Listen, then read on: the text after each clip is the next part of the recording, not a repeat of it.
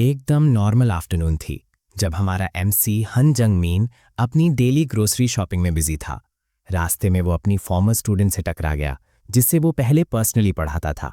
लेकिन तभी सीन पलट गया जब अचानक से डीमन फॉलोअर्स का एक पैक वहां आ गया और वो पीसफुल ग्रोसरी रन अचानक सिविलियंस के लिए एक सीधी हॉरर मूवी बन गई। उसकी फॉर्मर स्टूडेंट ली सैरन, जिसके पास आइसवर्ल्ड नाम की यूनिक एबिलिटी है, वो तुरंत लड़ाई में उतर जाती है। वो हमारे लड़के को बचाने के लिए रेडी है, ये सोचकर कि वो बिना पावर्स वाला एक हेल्पलेस बच्चा है, या एटलीस्ट उसे यही लगता है। इन रियलिटी यंगमैन के पास एक यूनिक ट्रेट है जो उसे उसके लिखे हुए नॉवेल्स के किसी भी कैरेक्टर की स्किल्स और मेमोरीज कॉपी करने देता है। शुरू करने के लिए वो अपनी इमर्शन स्किल ट्रिगर करता है और इंस्टेंटली मलोन नाम के नाइट, एक रॉयल गार्ड की ट्रेट्स अडॉप्ट कर लेता है, जिसका सोल पर्पस गेट कीपर बनकर सर्व करना है। इन नई एबिलिटीज के साथ हमारा लड़का आगे बढ़ता है और डेमोनिक वुल्फ्स को बिना मर्सी के मारता चला जाता है। जब वो पूरे हुड को स्टाइल से खत्म कर देता है तो आखिरी बचा हुआ वुल्फ डर के मारे अपना माइंड खो देता है और उल्टी डायरेक्शन में भाग जाता है। मलोन के कॉम्बैट एक्सपीरियंस की वजह से हमारा लड़का एक परफेक्ट जैवलिन थ्रो मारता है और उस मॉन्स्टर को फिनिश कर देता है। उसकी फ्रेंड सारन, जो स्टोर के दूसरी साइड पर फाइट कर रही थी, अचानक मुड़कर देखती है कि यंगमैन ठीक है या नहीं। हालांकि वो एकेडमी में एकेडमिकली ब्रिलियंट था, फिर भी सारन को डर था कि उसके पास इनेट टैलेंट की कमी उसे मरवा सकती है। लेकिन जैसे ही वो देखती है उसे शॉक लगता है जब वो देखती है कि वो डेमोनिक वुल्फ्स के पाइल पर ऑरा फार्मिंग कर रहा है, जिन्हें उसने एक बेकर मेटल साइन पोस्ट से मारा है। चलो एक सेकंड के लिए पॉज करते हैं और देखते हैं कि हम यहां तक कैसे पहुंचे। जंगमैन एक ऐसी दुनिया में रहता है जो उन मिस्टीरियस टावर से हमेशा के लिए बदल चुकी है, जो अचानक से दुनिया भर में आ गए। इंस्ट्रक्टर्स ने डंजन्स और मॉन्स्टर्स को अनलीश किया, जिसके कारण पूरी दुनिया में कैटास्ट्रफी हुई। लेकिन उन्होंने ही डंजन एडवेंचरर्स को भी जन्म दिया, वो लोग जो ह्यूमैनिटी को प्रोटेक्ट करने के लिए टावर्स में घुसते हैं। हाँ, जंगमीन कभी एक छोटा लड़का था जो इन हीरोज से बहुत इम्प्रेस था। सिर्फ पढ़ाई और डेडिकेशन से खुद एक हीरो बनने का रिजॉल्व करते हुए उसने माना और म्यूटेशंस पर हर अवेलेबल बुक पर डाली और फाइनली एक प्रेस्टीजियस एडवेंचरर एकेडमी के लिए क्वालिफाई किया, जिसमें सिर्फ एलीट को ही एक्सेप्ट किया जाता था। उसने रिटन एग्जाम में टॉप भी किया, अपने सपने को फाइनली अचीव करने की खुशी में रोता हुआ। दुख की बात यह है कि यंगमैन की एम्बिशंस उस पल टूट गईं जब उसे रियलाइज हुआ कि उसके पास वो इनेट टैलेंट और यूनिक एबिलिटी नहीं है जो एक ट्रू एडवेंचरर के लिए चाहिए होती है। अपने शार्प इंटेलेक्ट के बावजूद उसकी ऑर्डिनरी फिजिक फिजिकल डिमांड्स को पूरा नहीं कर पाई। उसका रैंक दूसरे साल में गिरकर 274 हो गया। अपनी लिमिटेशन से हार कर उसने लीव ले ली और अगले 2 साल अपने डॉम में अकेला रहकर फेलियर से कोप करने के लिए फिक्शनल स्टोरीज लिखता रहा। 2 साल बाद जंगमैन heavy bags under his eyes वाला एक डिसइल्यूजन शट-इन बन चुका है और अपने web novel the age of destruction को फाइनल टच दे रहा है। उसकी लिखी हुई स्टोरी लेजेंडरी हीरोज के बारे में है, जैसे कि एक स्वॉर्ड्समैन जो होराइजन को काट सकता है और एक हंटर जो डेथ के फॉरेस्ट में सर्वाइव करता है। फिर एक रात जब वो सो रहा था तो वर्ल्ड ने उसके नॉवल को नाइट आवर्स के लिए ब्लूप्रिंट बना दिया। जंगमैन ब्रेकिंग न्यूज सुनकर जागा। कोरिया में 5 नाइट आवर्स आ गए थे, जिनके नाम उसके नॉवल के आर्क्स जैसे the sword that cuts the horizon और एग्जीक्यूटर ऑफ इविल से एग्जैक्ट मैच करते थे। क्योंकि ये टावर्स उसके काम पर बेस्ड थे, जंगमैन को इमर्जन नाम की यूनिक स्किल मिली। ये एबिलिटी उसे उसके क्रिएट किए हुए कैरेक्टर्स की बॉडीज पजेस करने और स्किल्स मेमोरीज इनहेरिट करने देती है। लेकिन जब भी उसने ये स्किल यूज करने की कोशिश की, उसे बार बार एक्सेस नहीं मिला। एक स्पेसिफिक कैच था। सिस्टम ने रूल बनाया कि वो किसी कैरेक्टर की पावर तभी बोरो कर सकता है अगर उसकी खुद की फिजिकल बॉडी उसे झेल सके। अगर वो किसी लेजेंडरी हीरो को पजेस करने की कोशिश करता तो जंगमैन को तुरंत इंस्टेंट डेथ मिल सकती थी, क्योंकि उनकी स्ट्रेंथ में बहुत बड़ा डिफरेंस था। क्योंकि वो अभी फिजिकल स्ट्रेंथ के मामले में रॉक बॉटम पर है, वो सिर्फ सबसे लोएस्ट रैंक्ड कैरेक्टर्स को ही सिलेक्ट कर सकता था। इसीलिए उसे डेमोनिक वुल्फ्स से लड़ने के लिए मलोन, एक कमजोर सोल्जर को चुनना पड़ा था। फिर यंगमैन एग्जॉशन में जमीन पर गिर गया क्योंकि उसकी इमोशन एबिलिटी खत्म हो चुकी थी। अपनी थकान के बावजूद जंगमैन मुस्कुराया। उसे रिलीफ और प्राउड फील हुआ कि वो फाइनली अपनी यूनिक एबिलिटी एक्टिवेट कर पाया। उसे सरप्राइज हुआ कि उसने कुछ नए स्किल्स भी गेन कर लिए थे, जैसे कि फाइटिंग टेक्निक्स लेवल 1, और उसे कॉन्फिडेंस था कि वो जल्दी ही और भी अनलॉक करेगा, इंक्लूडिंग अपने अपर बॉडी मसल्स को कंट्रोल करना। अनफॉर्चुनेटली इमर्शन यूज करने से उस पर बहुत ज्यादा लोड पड़ गया था। उसका पहले से कमजोर बॉडी दर्द से भर गया था। वो दर्द से चिल्ला रहा था। जैसे ही सारिन उसके पास झुकी, यंगमिन ने तुरंत अपने दर्द को कम दिखाया, ये बोलकर कि एक्सपर्ट मूवमेंट्स परफॉर्म करने से ये सिंपल मसल क्रैम्प्स हैं। काफी देर बाद सरिन ने उसे उठने में हेल्प की, लेकिन उसकी क्यूरियोसिटी भी बढ़ गई थी। उसने पूछा कि उसने इतनी अच्छी तरह से कैसे फाइट किया, जबकि एकेडमी में उसके पास कोई यूनिक एबिलिटी होने का कोई रिकॉर्ड नहीं था। अपनी इमर्जन एबिलिटी को सीक्रेट रखने के लिए डिटर्मिन्ड यंगमिन ने एक स्टोरी बना दी जिसमें वो अच्छा था कि जब उसे दुश्मन ने कॉर्नर में धकेल दिया तब उसकी एकेडमी ट्रेनिंग फाइनली काम आ गई। वो ग्रिन किया, अपनी क्लेवर डिसेप्शन पर प्राउड था, लेकिन अंदर से वो बहुत खुश था। उसने समझ लिया था कि इमर्जन कैसे काम करता है। वो किसी भी कैरेक्टर की पावर बोरो कर सकता था, चाहे वो कितना भी इनसिग्निफिकेंट हो, जब तक उसकी खुद की स्ट्रेंथ उसे अलाउ करे। लेकिन उसकी बॉडी ने तुरंत उसे पेट में तेज दर्द से उसकी लिमिटेशंस याद दिलाई। सारिन की चिंता उसकी हेल्थ के लिए और बढ़ गई।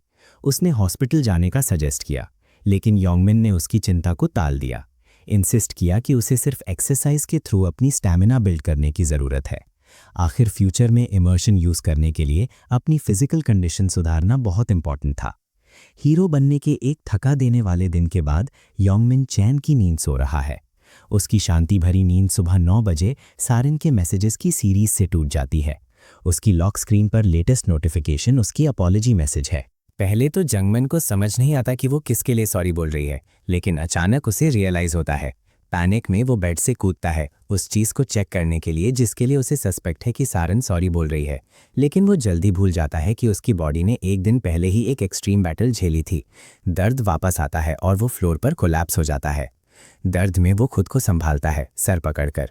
जब वो अपने फ़ोन पर 32 मिस्ड कॉल्स और 92 पर्सनल मैसेजेस देखता है तो उसकी एंग्जाइटी और बढ़ जाती है। वो कंफ्यूज है कि जब वो आउट कोल्ड था तो क्या हो गया होगा। यंगमैन इन्वेस्टिगेट करना शुरू करता है। पता चलता है कि उसकी हीरोइक एक्शंस को किसी ऑनलाइन आउटलेट ने कवर किया और सिर्फ एक दिन में आर्टिकल में पब्लिश कर दिया। सारिन की अपॉलॉजी का रीजन क्लियर हो जाता है। वो नहीं चाहती थी कि यंगमिन खुद को आर्टिकल में एकेडमी से अफिलिएटेड देखे। नॉर्मली कुछ मॉन्स्टर्स को मारना हेडलाइंस नहीं बनाता, लेकिन अनयूजुअल सर्कमस्टांसेस मॉन्स्टर्स को टावर से बहुत दूर हराना ने पब्लिक अटेंशन कैच कर ली थी। हालांकि सिचुएशन उसे अजीब लगी, यंगमिन ने इसे टाल दिया, सारिन की सिंसियरिटी पर ट्रस्ट करते हुए, जब उसने इंसिस्ट किया कि ये अनइंटेंशनल था। क्यूरियोसिटी उस पर हावी हो जाती है और वो आर्टिकल के कमेंट्स पढ़ने लगता है। कुछ कमेंट्स उसे गुस्सा दिलाते हैं क्योंकि लोग उसके एक्शंस को डाउनप्ले कर रहे थे, लो लेवल मॉन्स्टर्स को हराने के लिए उस पर मॉक कर रहे थे, जबकि वो एक जॉबलेस नोबडी जैसा लग रहा था जिसका एकेडमी से कोई कनेक्शन नहीं था। लेकिन जैसे ही वो स्क्रॉल करता है उसे उन लोगों के कमेंट्स मिलते हैं जो इंसिडेंट के टाइम मार्ट में थे। ये आई विटनेसेस क्लियरली डिस्क्राइब करते हैं कि यंगमिन और सारिन की एफर्ट्स क्राइसिस को रोकने में कितनी इंपॉर्टेंट थी, बच्चों और अडल्ट्स को बचाने के लिए अपना ग्रैटिट्यूड एक्सप्रेस करते हुए। ये दिल को छूने वाले कमेंट्स यंगमिन के चेहरे पर एक वाइट स्माइल लाते हैं, लेकिन उसकी स्माइल तुरंत गायब हो जाती है जब एक नया नोटिफिकेशन आता है। उसे एकेडमी के एक ग्रुप चैट में ऐड कर दिया गया है जिसमें अननोन लोग हैं जो उसे वापस आने और मिलने की रिक्वेस्ट कर रहे हैं। मैसेजेस में उसके फॉर्मर इंस्ट्रक्टर और प्रोफेसर की भी रिक्वेस्ट्स हैं जिन्हें सस्पेक्ट है कि यंगमैन ने कोई यूनिक एबिलिटी अवेकन कर ली है। अनॉयड होकर यंगमैन इस मामले को साइड में रखने का डिसाइड करता है और सरिन को कॉल करता है। कॉन्वर्सेशन के दौरान सरिन उसे एक बहुत एक्सपेंसिव मील ट्रीट करने का ऑफर करती है। आर्टिकल पब्लिश होने के लिए खुद को थोड़ा ब्लेम करती है। कॉल खत्म होता है और यंगमैन का एक्साइटमेंट वापस लौट आता है। इमर्जन के यूज को इम्प्रूव करने के लिए डिटर्मिन्ड वो अपने लैपटॉप पर लोकेशंस रिसर्च करना शुरू करता है। बाद में एक ट्रेन में उस जगह जाते हुए जो उसने ढूंढी थी, यंगमैन को एक और आर्टिकल मिलता है। ये रिपोर्ट करता है कि बोरिच, जो ग्लोबली 76th रैंक्ड है, वो स्वॉर्ड मास्टर्स टावर में एंटर तक नहीं कर पाया। आर्टिकल यंगमैन को याद दिलाता है कि टावर्स कितने बदल चुके हैं। शुरू में बहुत सारे रैंकर्स उन्हें चैलेंज करने के लिए इकट्ठा हुए थे। जो सक्सीड हुए उन्हें रिग्रेसिंग स्किल्स, यूनिक अथॉरिटी और फेम मिली। लेकिन आजकल टावर्स कॉन्कर करना बहुत मुश्किल है और ज्यादातर अटैकर्स मिजरेबली फेल हो जाते हैं। यंगमिन इन अटैकर्स को वियर्ड और इंस्पायरिंग दोनों नजर से देखता है। एक तरफ यूजे उनके बार बार के अटेम्प्ट्स मासोकिस्टिक लगते हैं, दूसरी तरफ वो उनके डिटर्मिनेशन की तारीफ करता है, भले ही इसकी कीमत उनके आधी सैनिटी हो। जैसे ही ट्रेन अपनी डेस्टिनेशन के करीब पहुंचती है, यंग मिन के माइंड में एक थॉट आता है। इतने सारे रैंकर्स के एफर्ट्स के बावजूद कोई भी स्वॉर्ड मास्टर्स टावर में एंटर नहीं कर पाया। उसे हराना तो दूर की बात है। अराइवल पर जंगमिन उतरता है और एक बड़े फॉरेस्ट में दौड़ना शुरू करता है जब तक वो टावर के फुट तक नहीं पहुंच जाता। सांस के लिए हांफते हुए वो एक्सरसाइज ना करने के लिए खुद को डांटता है, लेकिन कम से कम वो फाइनली अपनी डेस्टिनेशन पर है। खुद को गैदर करके वो टावर के एंट्रेंस के सामने रखी स्टोन टैबलेट के पास जाता है। जैसे वो करीब जाता है, वो 7 हीरोज में से एक की एनर्जी सेंस करता है और कुछ अजीब रियलाइज करता है। पूरे हेवन और अर्थ में वो अकेला है जो टैबलेट पर लिखा हुआ पढ़ सकता है। ये ऑलमोस्ट सरियल है, जैसे उसने अपने लैपटॉप पर जो डिल्यूजनल आइडियाज टाइप किए थे वो अब हिस्ट्री में लिख दिए गए हैं। तुरंत ही क्राउड में से कोई उसे डांटता है, वार्न करता है कि टावर से रिलेटेड कुछ भी टच करना सिविलियंस के लिए डेंजरस है। ऐसे एक्शन से वो इंसान बिना उसकी मर्जी के टावर के अंदर जा सकता है। अनबॉदर्ड यंगमिन वार्निंग को इग्नोर कर देता है। उसे लगता है कि ये उस पर अप्लाई नहीं होता, क्योंकि वो तो बस ऑथर का टाइटल वाला एक वीक एडवेंचरर है। रिस्क्स को इग्नोर करते हुए वो स्टोन टैबलेट से छेड़छाड़ करता रहता है। यंगमिन ये रियलाइज नहीं कर पाता कि ऐसे बिहेवियर से अक्सर ट्रोप्स ट्रिगर होते हैं जो हर ऑथर को पता होना चाहिए, और जैसा होना चाहिए टावर उसे 7 टावर्स के ट्रू ओनर के टाइटल से रिकॉग्नाइज करता है। इससे पहले कि यंगमिन पूरी तरह समझ पाता कि क्या हो रहा है, टावर ओनर उसे अंदर खींच लेता है। वो खुद को एक बड़े ग्रासी फील्ड में पाता है। जैसे ही वो अपने सराउंडिंग्स देखता है, पैनिक शुरू हो जाता है और यंगमिन घबराहट में चिल्ला उठता है। उसे रियलाइज होता है कि वो किस मेस में फंस गया है। उधर टावर के टॉप मोस्ट रूम में एक यंग मैन यंगमिन की हरकतों को बाहर ऑब्जर्व कर रहा है। हालांकि वो यंगमिन की प्रेजेंस से इरिटेटेड है, उसे एक अजीब कनेक्शन भी फील होता है। उसे दूर भगाने की बजाय यंग मैन यंगमिन को टावर में इनवाइट करने का डिसाइड करता है, इस स्ट्रेंज सेंसेशन के सोर्स को पता करने के लिए। ये यंग मैन कोई और नहीं, स्वॉर्ड मास्टर है, एक स्वॉर्ड्समैन जो अपनी ब्लेड से हॉराइजन को काट सकता है। मैजिक यूज करके वो यंग मैन को स्वॉर्ड मास्टर्स टावर के फर्स्ट फ्लोर पर समन करता है। लेकिन वो ये कंसिडर करना भूल जाता है कि यंग मैन जैसा बिलो एवरेज एडवेंचरर टावर के ट्रायल में कैसे सर्वाइव करेगा।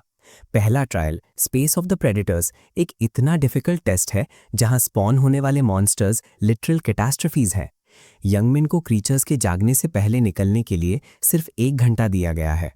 और तो और सिस्टम ने ट्रायल कंप्लीट करने के लिए अभी तक कोई रिवॉर्ड भी डिसाइड नहीं किया है। जब यंगमिन वहां डेज में खड़ा है तो बहुत ज्यादा माना उसकी बॉडी में सर्च करती है, उसे ओवरवेल्म करती है। आज तक ऑर्डिनरी लोग टावर में घुसने की हिम्मत नहीं करते थे क्योंकि उनके पास जरूरी स्किल्स नहीं थी। यंगमिन भी एक्सेप्शन नहीं था। उसने एक बार टावर पर अटैक करने की कोशिश की थी और बुरी तरह फेल हुआ था, जिसमें उसकी कई हड्डियां टूट गई थीं। इससे उसको अटैकर्स के बीच फेलियर का लेबल मिला था, एक स्टिग्मा जो उसके साथ एकेडमी के प्रैक्टिकल एग्जाम में लोएस्ट रैंक्ड पार्टिसिपेंट के रूप में चला आया।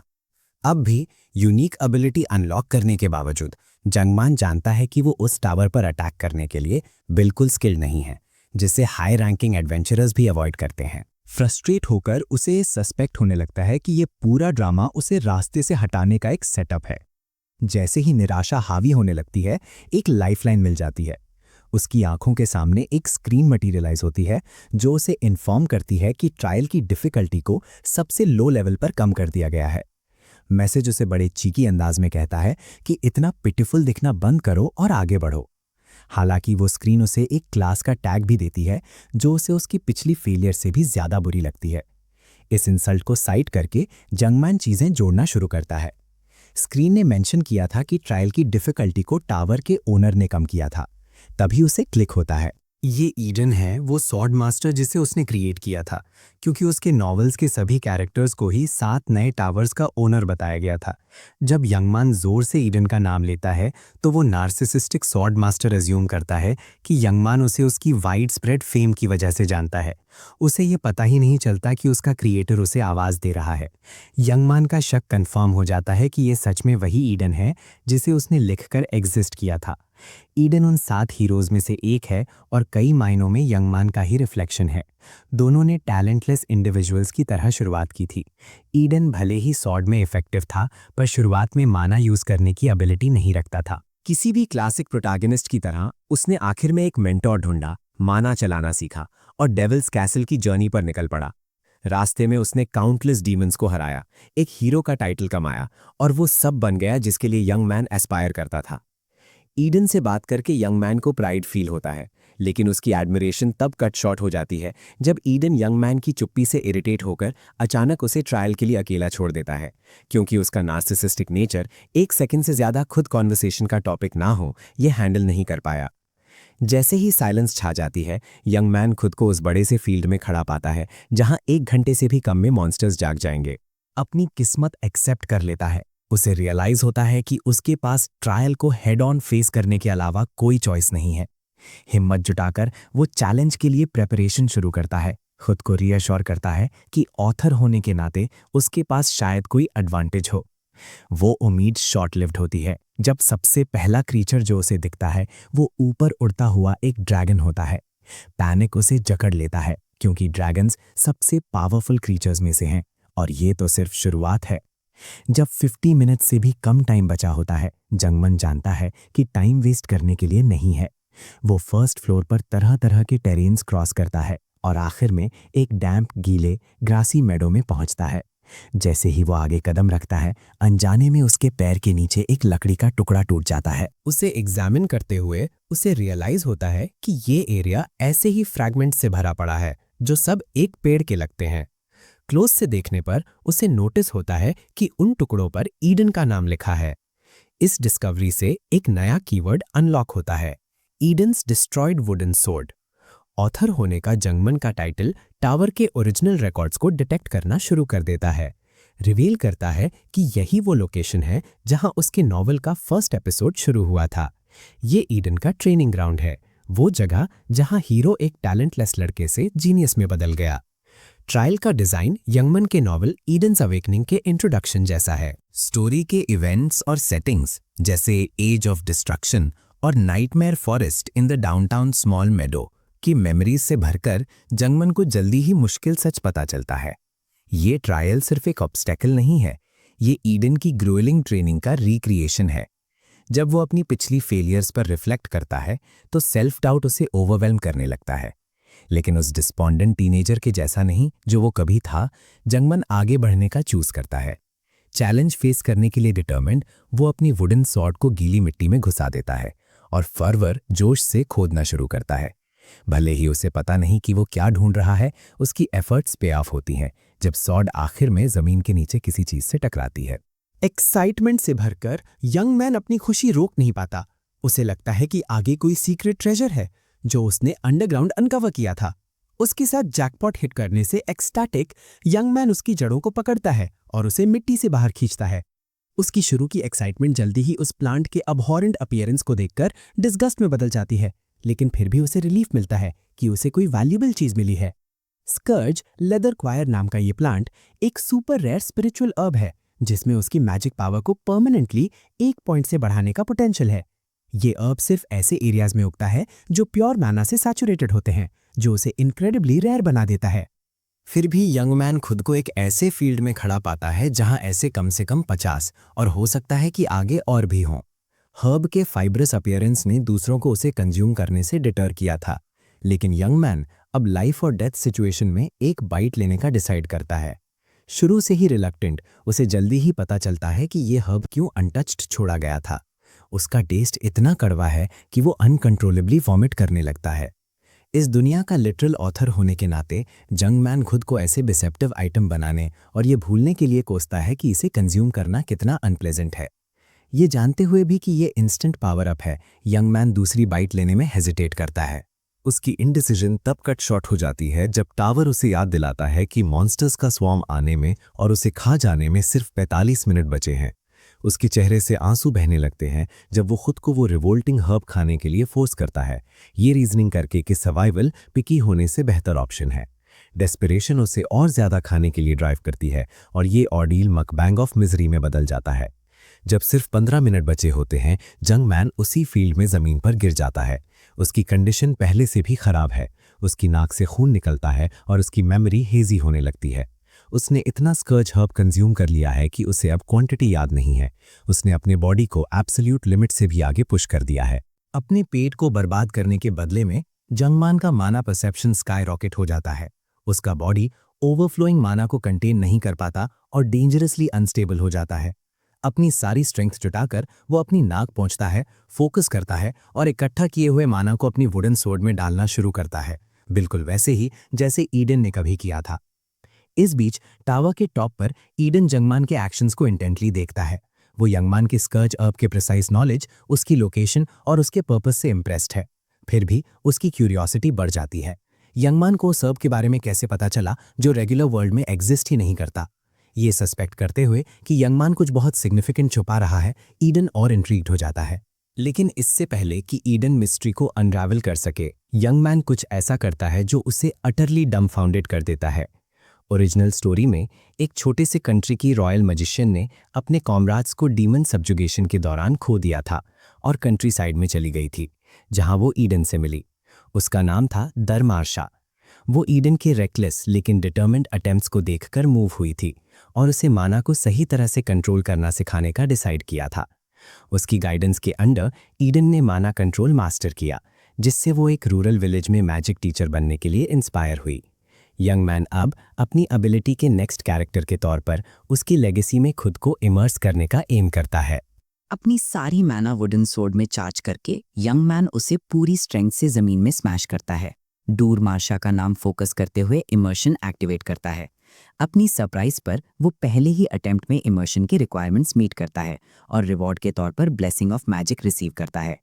ईडन मैना को अपनी मास्टर की माना के रूप में पहचानता है और उसकी सस्पिशन और बढ़ जाती है।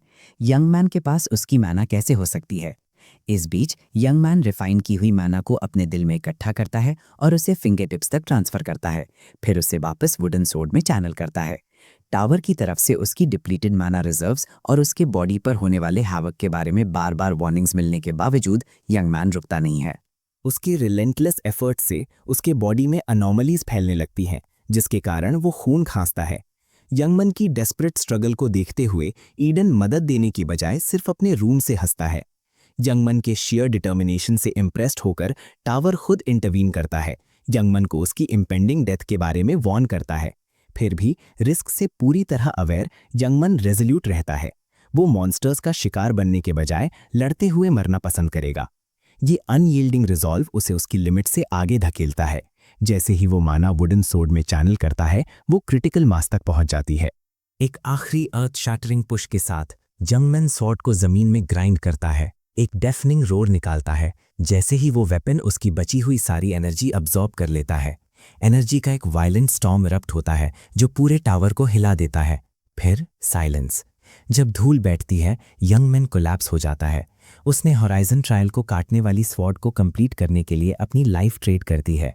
जैसे ही उसका विजन फेड होता है, उसके चेहरे पर प्राइड की एक हल्की सी स्माइल छा जाती है। उसने कुछ एक्स्ट्रा ऑर्डिनरी अकम्प्लिश किया है, एक ऐसा फीट जो इतना मॉन्यूमेंटल है कि टावर भी उसकी डेथ पर मौन करता है। लेकिन जैसे ही सब कुछ खत्म लगता है, एक नई स्क्रीन आती है। एक हिडन टाइटल 7 टावर्स का ट्रू ओनर अनलॉक होता है। एक सीक्रेट स्ट्रैटेजी का हिंट देता है कि यंग मैन की जर्नी यहीं खत्म नहीं हो सकती। टावर के बाहर एक न्यूज़ रिपोर्टर एंथुजियास्टिकली अपने लाइव ऑडियंस को कैमरा के जरिए ब्रॉडकास्ट करते हुए एड्रेस करती है। वो बताती है कि 2 हफ्तों से ज़्यादा हो गए हैं और sword that cuts the horizon नाम के टावर को किसी ने भी सक्सेसफुली अटेम्प्ट नहीं किया है। ये सवाल उठाता है कि क्या कोई कभी डंजन ब्रेक को रोक पाएगा। पास में एक हैंडसम अटैकर को देखकर वो ईगरली उसके चेहरे पर माइक्रोफोन ठोस देती है, एक इम्प्रॉम्प्टू इंटरव्यू के लिए। शुरू में शॉक्ड कि कोई उसे हैंडसम और टावर के लायक समझता है, प्ले अलोंग करने का डिसाइड करता है। क्यूट रिपोर्टर के सामने अपनी इमेज खराब नहीं करना चाहता। जब उससे पूछा जाता है कि क्या कोई टावर को चैलेंज करेगा, तो वो कॉन्फिडेंटली जवाब देता है कि शायद नहीं हो, क्योंकि सोर्ड से रिलेटेड होने के बावजूद टावर का मिथ अभी तक रिवील नहीं हुआ है। लाइव ब्रॉडकास्ट से एम्बोल्डेंड अटैकर बोस्ट करता है कि उसका गुड लुक्स ही उसे डंजन क्लियर करने में मदद करेगा। उसके सपने टूट जाते हैं जब टावर अचानक अनाउंस करता है कि सोर्ड मास्टर के टावर का फर्स्ट फ्लोर क्लियर हो चुका है। अटैकर, रिपोर्टर और वहां मौजूद हर कोई स्पीचलेस रह जाता है।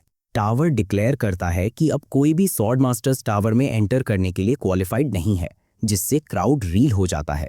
सिचुएशन को प्रोसेस करने में अनेबल ब्रॉडकास्ट कट हो जाता है। भले ही प्रोड्यूसर्स कंफ्यूजन का फायदा उठाकर एडवर्टाइजमेंट्स चलाने का प्लान करते हैं, कैमरामैन प्रोड्यूसर से पूछता है कि क्या सिर्फ 2 हफ्तों में फर्स्ट फ्लोर क्लियर करना पॉसिबल है भी। एक ब्रेकिंग न्यूज स्टोरी का अपॉर्चुनिटी सेंस करते हुए प्रोड्यूसर स्पेक्युलेट करता है कि किसी ऐसे ने जिसके पास सही स्किल सेट हो या हो सकता है फ्री पास हो, उसने ये किया होगा, जो यंग मैन के केस में टेक्निकली सही है। दोनों डिड्यूस करते हैं कि ये फीट शायद किसी रुकी अटैकर ने अकम्प्लिश किया होगा, क्योंकि हाई रैंकिंग चैलेंजर्स ऐसे टावर पर बॉदर नहीं करेंगे जो स्टार्टिंग के कुछ टावर्स में से नहीं है। इस मिस्टीरियस रुकी का इंटरव्यू करने के आइडिया से एक्साइटेड वे अनजान हैं कि वो असल में मर चुका है। दोनों ईगर और ग्रीडी हो जाते हैं, जैसा पापाराजी में आमतौर पर होता है। उनकी बातें सुनकर रिपोर्टर खुद ही उस रुकी को ढूंढने का डिसाइड करती है। अपनी एक्साइटमेंट में वो गलती से टावर के एंट्रेंस पर लेटे हुए पास्ड आउट यंग मैन से ट्रिप हो जाती है। उसे रियलाइज होता है कि उसने किसी इंसान पर पैर रख दिया है और वो स्टार्टल्ड हो जाती है कि पैर रखने के बावजूद वो अभी भी सोया हुआ है। उसे जगाना है या नहीं, रिपोर्टर हेजिटेट करती है। इससे पहले कि वो डिसाइड कर पाए, प्रोड्यूसर और कैमरामैन उसे थोड़ी दूरी से आवाज देते हैं। वो अभी भी क्लूलेस है कि उनकी गोल्ड माइन उसके बिल्कुल सामने पड़ी है। इस बीच जंग अनकॉन्शियस अपने चेस्ट को कसकर पकड़ता है। डा मार्शा का नाम विस्पर करता है। जैसे ही शाम होती है, जंग आखिर में जागता है। पहली चीज जो वो सोचता है कि क्या उसने फर्स्ट फ्लोर क्लियर कर दिया या मरने की वजह से उसे किक आउट कर दिया गया, डिफिकल्टी एमेचर होने के बावजूद भी। अचानक ईडन टेलीपैथी से उससे बात करता है। उसे बताता है कि वो इतनी देर सो चुका है कि सब चले गए। जंगमैन पजल्ड है कि ईडन टावर के बाहर भी उससे कम्युनिकेट कर सकता है और उसके बारे में पूछता है। उसे जो आंसर मिलता है वो और सवाल खड़े करता है। पता चलता है कि यह रेयर ऑकरेंस सिर्फ यंग मैन के साथ होता है, क्योंकि ऑथर और उसके कैरेक्टर्स के बीच का बॉन्ड इतना स्ट्रॉन्ग है कि वो दुनिया के रूल्स बेंड कर सकता है। ये बात उन दोनों को अब तक रियलाइज नहीं हुई है, जो ये भी बताती है कि ईडन टावर के साथ एक होने के बावजूद सब कुछ नहीं जानता है। ईडन यंग मैन के पहले फ्लोर को क्लियर करने के अनोखे तरीके की तारीफ करता है और उसके साथ रहने का इरादा जाहिर करता है। यंग मैन हालांकि हर वक्त अपने कान में एक फालतू हीरो को बर्दाश्त करने को तैयार नहीं है। वो जाने की कोशिश करता है, लेकिन ईडन ये बताकर उसका ख्वाब तोड़ देता है कि उनका कनेक्शन परमानेंट है। घर पहुंचकर यंग मैन की बॉडी माना से ओवरफ्लो हो जाती है। वो अपने स्टैट्स चेक करता है और पाता है कि उसका माना थोड़े ही टाइम में 6 पॉइंट्स बढ़ गया है और उसे 7 नए स्किल्स मिले हैं। Mana control level 2, battle step level 3, swordsmanship level 3, spearmanship level 1, physical training technique level 1, shield technique level 1, archery level 1, master's alchemy level 1। उसे पहले फ्लोर को क्लियर करने के बाद रिवाइवल की वजह से द रीसेलेक्टेड 1 का क्लासिफिकेशन भी मिलता है। ये उसे ड्रैगन बॉल जेड के पिकोलो जैसी एक्स्ट्रा ऑर्डिनरी रिकवरी एबिलिटी देता है, जिससे वो जानलेवा इंजरीज से भी आसानी से रिकवर हो सकता है। अपने अपग्रेड से खुश होकर जंगमैन ईडन की आवाज़ को भूल जाता है, जब तक कि वो अचानक वापस नहीं आती और उसे सिंपल्टन कहती है। बहस के बाद ईडन जंग को अपना स्टैट्स विंडो फिर से चेक करने के लिए कहता है। इस बार जंग को एक नई पैसिव स्किल मिलती है, हीरोज माना, एक्सक्लूसिव ग्रेड की। ये स्किल 7 हीरोज के डिसेंडेंट्स के लिए यूनिक है, जो उसके माना कॉन्सेंट्रेशन, सेंसिटिविटी और कंट्रोल को जबरदस्त तरीके से बढ़ाती है। माना के साथ कोई भी इंटरैक्शन अब सिर्फ उसे फायदा पहुंचाता है। उसका एक समय का अनकंट्रोलेबल माना भी अब उसकी इन्फिनिट कैपेसिटी की वजह से उसके अंदर स्टोर हो गया है। जहां ईडन को यंग मैन को ये पावर देने पर गर्व होता है, वहीं यंग मैन चुपके से इसे लाइफ के लिए चीट कोड के तौर पर इस्तेमाल करने का प्लान बनाता है। वो तुरंत अपनी नई कॉम्बैट स्किल्स ट्राई करने के लिए पहले टेस्ट सेंटर की ओर जाता है। रास्ते में ईडन उसे उसके इरादों के बारे में गेस करके सवालों से घेर लेता है। टेस्ट सेंटर पर यंग मैन कॉन्फिडेंस के साथ रिसेप्शन के पास पहुंचता है, तभी भीड़ में मौजूद एक बदमाश उसे इंटरप्ट कर देता है। उसकी हीरोज माना स्किल एक इनकमिंग अटैक को डिटेक्ट कर लेती है, जिससे वो एक माना इन्फ्यूज्ड सोडा कैन को, जो बुरी नीयत से तेजी से फेंका गया था, डॉज कर लेता है। अटैकर हान युगल पब्लिक में अपना ब्राइट रेड माना दिखाता है और यंग मैन को ऐसे कन्फ्रंट करता है जैसे यंग मैन पर उसका कर्ज हो। युगल का धमकाने वाला अंदाज यंग मैन के चेहरे से मुस्कान हटा देता है और दोनों एक इंटेंस स्टैंड ऑफ में आ जाते हैं। युगल दावा करता है कि यंग मैन से मिले हुए उसे काफी टाइम हो गया है, लेकिन सिर्फ इसीलिए क्योंकि वो अपने फेवरेट विक्टिम को परेशान करना मिस कर रहा था। यंग अपनी किस्मत को कोसता है, क्योंकि युगल आखिरी इंसान है जिसे वो अपनी स्किल्स टेस्ट करने से ठीक पहले देखना चाहता था। युगल, अकेडमी का एक पुराना क्लासमेट, अपनी यूनिक एबिलिटी से अपना बढ़ा हुआ ईगो बनाता है।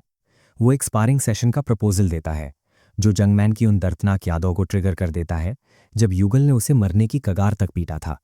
क्योंकि वो हमेशा जंगमैन की इंटेलिजेंस से डरा हुआ रहता था। यूगल एक टेक्स्ट बुक बोली है जो इनसिक्योरिटी की वजह से जंगमैन को प्रे बनाता है।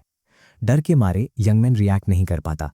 इस डर को भांपकर यूगल बात बढ़ाता है, जोर देकर कहता है कि यह सिर्फ एक वन ऑफ बैटल होगी। यंगमैन का लपेल अग्रेसिवली पकड़ते हुए यूगल उसके बड़बड़ाने का मजाक उड़ाता है। इससे पहले कि वो और आगे बढ़ पाए, भीड़ में से एक आदमी इंटरवीन करता है, उनके एकेडमी यूनिफॉर्म को पहचानता है और यूगल के डिसरिस्पेक्टफुल बिहेवियर पर सवाल उठाता है। चो ब्योंग जून के सामने अपनी रेपुटेशन खराब नहीं करना चाहता। युगल ना चाहते हुए जंगमैन को धक्का देता है और अगली मुलाकात के लिए उसे वॉर्न करता है। जाते वक्त वो जानबूझकर जंग को शोल्डर से टक्कर मारता है और हंसता हुआ चला जाता है।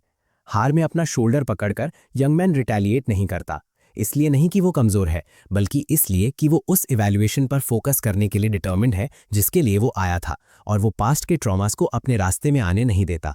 हालांकि ईडन गुस्से में है, वो यंगमैन को डरपोक की तरह एक्ट करने और युगल को बिना किसी नुकसान के जाने देने के लिए डांटता है। जंगमैन समझाने की कोशिश करता है कि यह आसान डिसीजन नहीं था, लेकिन जल्दी ही आगे बढ़ जाता है। ट्रेनिंग रूम में घुसते हुए वो बुलीज पर टाइम वेस्ट करने के बजाय ट्रेन करना चाहता है। अंदर यंगमैन ट्रेनिंग रूम के सेंटर में अपने इवैल्यूएशन के लिए तैयार खड़ा है। एक रेटिना स्कैन उसे आइडेंटिफाई करता है और उसका नाम और एकेडमी लॉगिन सहित डेटा पुल करता है, लेकिन कोई प्रीवियस टेस्ट रिजल्ट नहीं दिखाता। सिस्टम उसका वेलकम करता है और डिफिकल्टी सिलेक्शन ऑफर करता है। यंगमैन कॉन्फिडेंस के साथ सबसे कम पॉसिबल डिफिकल्टी चुनता है, जिससे ईडन कंफ्यूज हो जाता है। ईडन हंसता है, ऐसी आसान चुनौती चुनकर कूल बनने का दिखावा करने के लिए यंगमैन का मजाक उड़ाता है। यंगमैन बताता है कि उसके बेकार स्टैट्स को देखते हुए सिस्टम वैसे भी लोएस्ट डिफिकल्टी पर डिफॉल्ट हो जाता। सिस्टम उसके डेटा को एनालाइज करता है और उसके ओपोनेंट के तौर पर सबसे कमजोर एफ क्लास मॉन्स्टर गोल बैट को सिलेक्ट करता है। एक स्वॉर्ड को अपने वेपन के तौर पर चुनते हुए यंग मान लेता है कि उसे एकेडमी की तरह ही जज किया जाएगा। उसे हैरानी होती है, सोर्ड काफी हल्का लगता है, जिससे वो तेजी से और आसानी से मूव कर पाता है। वेपन का फील उसे इमर्शन यूज करने की याद दिलाता है। रेडी स्टैंस लेते हुए यंगमैन एक तेज मोशन में आगे बढ़ता है, गोल बैट को बटर की तरह काट देता है। वो सिर्फ 3 सेकंड में मॉन्स्टर को हरा देता है, अपने प्रीवियस 32 सेकंड के रिकॉर्ड को तोड़ देता है। सिस्टम इम्प्रेस्ड होकर डिफिकल्टी को लोएस्ट से ऑटोमेटिकली लो कर देता है। जबकि यंगमैन अपने इंप्रूवमेंट से खुश है, ईडन उसका सेलिब्रेशन इंटरप्ट करता है और उसे अगले ओपोनेंट की ओर इशारा करता है, जो गोल बैट से कहीं ज्यादा मजबूत क्रीचर है। यंगमैन मुड़कर इलेक्ट्रिक फैंग्स और हॉर्न्स वाले एक मैसिव डायनासोर लाइक मॉन्स्टर को देखता है। इस डरावने नज़ारे के बावजूद यंगमैन घबराता नहीं है। नए कॉन्फिडेंस से भरा हुआ वो तुरंत क्रीचर पर चार्ज कर देता है। इस बीच लॉबी में भीड़ मॉनिटर्स पर कुछ देखकर एक्साइटमेंट में हल्ला मचाना शुरू कर देती है। युगल इस शोर से अनॉयड होकर जांचने के लिए मुड़ता है। उसे दर्शकों के बीच चो बायोंग जून नजर आता है। स्क्रीन को ध्यान से देखते हुए चो बायोंग जून ज़्यूस के tower of the God of thunder को जीतने के लिए मशहूर 0th जनरेशन अटाकर है और 7 यूनिक स्किल्स रखता है। एक लेजेंडरी फिगर है। स्टार स्ट्रक होकर युगल उससे एक आइडल से मिलने वाली फैन गर्ल की तरह मिलता है। वो उत्सुकता से बायोंग जून का स्टूडेंट बनने का रिक्वेस्ट करता है और उसे कंसिडरेशन के लिए अपने स्पारिंग क्लिप्स रिव्यू करने के लिए कहता है। एक अनएक्सपेक्टेड ट्विस्ट में बायोंग जून युगल की रिक्वेस्ट को रिजेक्ट कर देता है, ये कहते हुए कि उसे पहले ही कोई ऐसा मिल गया है जिसे वो सिखाना चाहता है। स्क्रीन की तरफ मुस्कुराते हुए वो ऐड करता है कि उसे एक नया दोस्त मिला है। क्यूरियस होकर युगल मॉनिटर की ओर देखता है और ट्रेनिंग रूम में यंग मैन को डायनासोर जैसे मॉन्स्टर का सामना करते हुए देखकर शॉक्ड रह जाता है। बायोंग जून एक माइक्रोफोन उठाता है और सीधे यंग मैन को एड्रेस करना शुरू कर देता है, जिससे युगल को बहुत डिस्मे होता है। बायोंग जून का माइंड बदलने के लिए डेस्परेट होकर युगल बीच में टोकता है और उसे यंग मैन के बजाय उसे स्टूडेंट के रूप में चुनने के लिए मनाने की कोशिश करता है। ट्रेनिंग रूम के अंदर यंगमैन सोचता है कि कौन उसकी सेशन के दौरान उसे डिस्ट्रैक्ट करने की हिम्मत करेगा। यहाँ तक कि मॉन्स्टर भी एक पल के लिए रुक जाता है, जैसे वो भी यही सवाल सोच रहा हो। बायोंग जून सीधे यंगमैन को बताता है कि वो उसकी जर्नी में इंटरेस्टेड है और समझाता है कि जिस टेस्ट का सामना यंगमैन अभी कर रहा है वो प्रतिभागियों के 5 सेंसेस को उनके खिलाफ कर देने के लिए बदनाम है। एक केस में एक चैलेंजर ने 7 घंटे की एक्सट्रीम कोल्ड को सहन किया, जबकि दूसरे ने जिंदा होते हुए भी मौत का सामना करने का सेंसेशन अनुभव किया। साइडलाइन से देख रहे युगल को हैरानी होती है कि यंगमैन अपनी आंखों में डर की एक भी झलक के बिना मॉन्स्टर का सामना कर रहा है।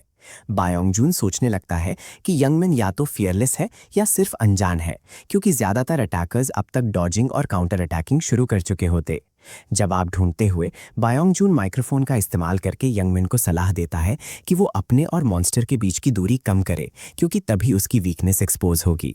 यंगमैन झिझकता है, इस सलाह पर डाउट करता है, क्योंकि दूरी कम करना ठीक वही है जिससे वो बच रहा था। लेकिन मॉन्स्टर के सीधे उसकी तरफ लपकने के साथ उसके ऑप्शन सिकुड़ जाते हैं। या तो बायोंग जून की सलाह माने या बीस्ट का हेड ऑन सामना करे। वो ना चाहते हुए पहला ऑप्शन चुनता है और अंदर रश करता है। जैसे ही मॉन्स्टर पास आता है, यंगमैन खुद को संभावित मौत के आमने सामने पाता है। वो आंखें बंद करता है और ब्लाइंडली स्लैश करता है। क्रीचर के भयंकर दांतों से बाल बाल बचता है। किस्मत से उसके शैलो कट से मॉन्स्टर की नेप पर एक शाइनी ऑब्जेक्ट एक्सपोज होती है, जो तुरंत यंगमैन का ध्यान खींचती है। शुरू में ये अनश्योर होता है कि ये मॉन्स्टर की वीकनेस है या नहीं, लेकिन यंगमैन तय करता है कि इतना ऑब्वियस होने की वजह से ये होना ही चाहिए, जैसे किसी वीडियो गेम में फाइनल बॉस का वीक स्पॉट। मॉन्स्टर के मैसिव स्विंग्स को डॉज करते हुए वो एक फैसलाकुन स्ट्राइक देने पर फोकस करता है। मॉन्स्टर से ऊंचाई पर छलांग लगाकर यंगमैन प्रिसिशन के साथ नेप पर स्ट्राइक करता है, एक फेटल ब्लो देता है और बैटल जीत जाता है। सिस्टम उसका कंप्लीशन टाइम 4 मिनट्स और 50 सेकेंड्स रिकॉर्ड करता है और मॉन्स्टर का नाम आयरन वुल्फ रिवील होता है। लॉबी में भीड़ यंगमैन के लिए खुशी से झूम उठती है। हालांकि युगल जेलसी और डिसबिलीफ से भरा हुआ शॉक्ड चुप में खड़ा है। ये एक्सेप्ट करने में एबल नहीं है कि उसका फॉर्मर विक्टिम उससे आगे निकल गया है। बायोंग यून युगल के रिएक्शन को देखकर यंगमैन के साथ उसके कनेक्शन के बारे में पूछता है। पहले तो स्टार्टल्ड होकर युगल ना चाहते हुए एडमिट करता है कि वो उसे थोड़ा जानता है। थका हुआ यंगमैन ट्रेनिंग रूम से बाहर निकलता है, सिर्फ ईडन के ताने सहने के लिए। ईडन उसे एक मामूली आयरन वुल्फ से संघर्ष करने के लिए मॉक करता है, लेकिन इस कमेंट से जैंगमैन को रियलाइज होता है कि अगर उसने पिछले 2 सालों में अपनी बॉडी को ट्रेन किया होता तो वो इमर्जन को और इफेक्टिवली यूज कर सकता था और यहाँ तक कि ईडन के साथ मर्ज भी कर सकता था, हालांकि आइडियली बिना ईडन की नार्सिसिस्टिक पर्सनैलिटी के। जैंगमैन को बायोंग जून रोक लेता है, जो उसे गर्मी से ग्रीट करता है, उसकी एकेडमी स्टाइल स्वॉर्ड्समैनशिप की तारीफ करता है। बायोंग जून मान लेता है कि जैंगमैन अभी भी एकेडमी का स्टूडेंट है, लेकिन जैंग उसे पहचानता नहीं है और सिर्फ उसे एक बूढ़े आदमी के तौर पर देखता है। बात को आगे बढ़ाते हुए बायोंग जून खुद को सिर्फ एक और एकेडमी इंस्ट्रक्टर के तौर पर इंट्रोड्यूस करता है। जैंगमैन देखता है कि युगल बायोंग जून के पीछे खड़ा है, जिसका चेहरा जेलसी से भरा हुआ है। झिझकते हुए यंगमैन एडमिट करता है कि वो एकेडमी से छुट्टी पर है, जिस बात पर उसे गर्व नहीं है। वो ऐड करता है कि एकेडमी के इंस्ट्रक्टर्स भेदभाव करते थे, जिससे बायोंग जून गुस्से में आ जाता है, क्योंकि वो ऐसे खुले बुरे बर्ताव से अनजान था। ये सुनकर युगल फ्लिंच करता है, क्योंकि वो अच्छी तरह जानता है कि यंगमैन को एकेडमी से दूर भगाने में उसका भी हाथ था। बायोंग जून की शुरुआती निराशा एक उम्मीद की किरण में बदल जाती है, क्योंकि वो यंगमैन को पर्सनली पढ़ाने का ऑफर देता है। ये ऑफर युगल के लिए एक गट पंच जैसा है, जो ये समझ नहीं पाता कि उसका फॉर्मर विक्टिम ना सिर्फ मजबूत हो गया है, बल्कि अब उसे वही इंस्ट्रक्टर मेंटोर कर रहा है जिसे इम्प्रेस करने के लिए युगल ने सालों लगा दिए। बायोंग जून बताता है कि वो यंगमैन को स्वॉर्ड्समैनशिप से कहीं ज्यादा सिखा सकता है, जैसे hand to hand combat, spear techniques और कुछ भी जो वो सीखना चाहे। एक साथ सब कुछ सीखने के मौके पर यंगमैन की आंखें चमक उठती हैं, लेकिन इससे वो स्केप्टिकल भी हो जाता है।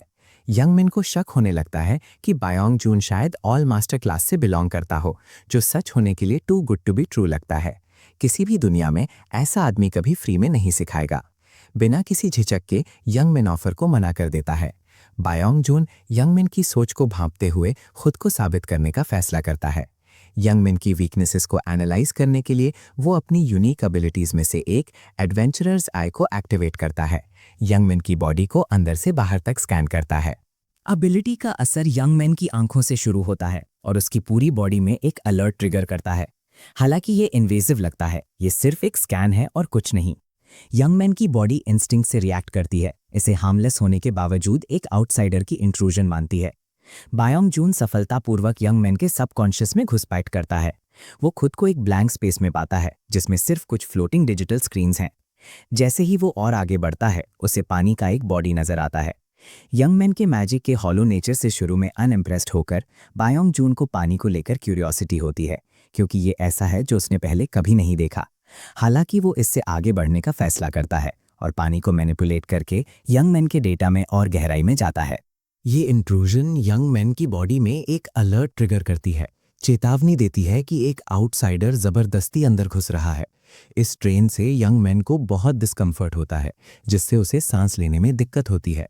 बायोंग जून की इन्वेजिव एबिलिटी से अनॉय होकर यंग मैन इंस्टिंक्ट से इस क्रीपी ओल्ड मैन को अपने दिमाग से बाहर निकालने का तरीका ढूंढता है।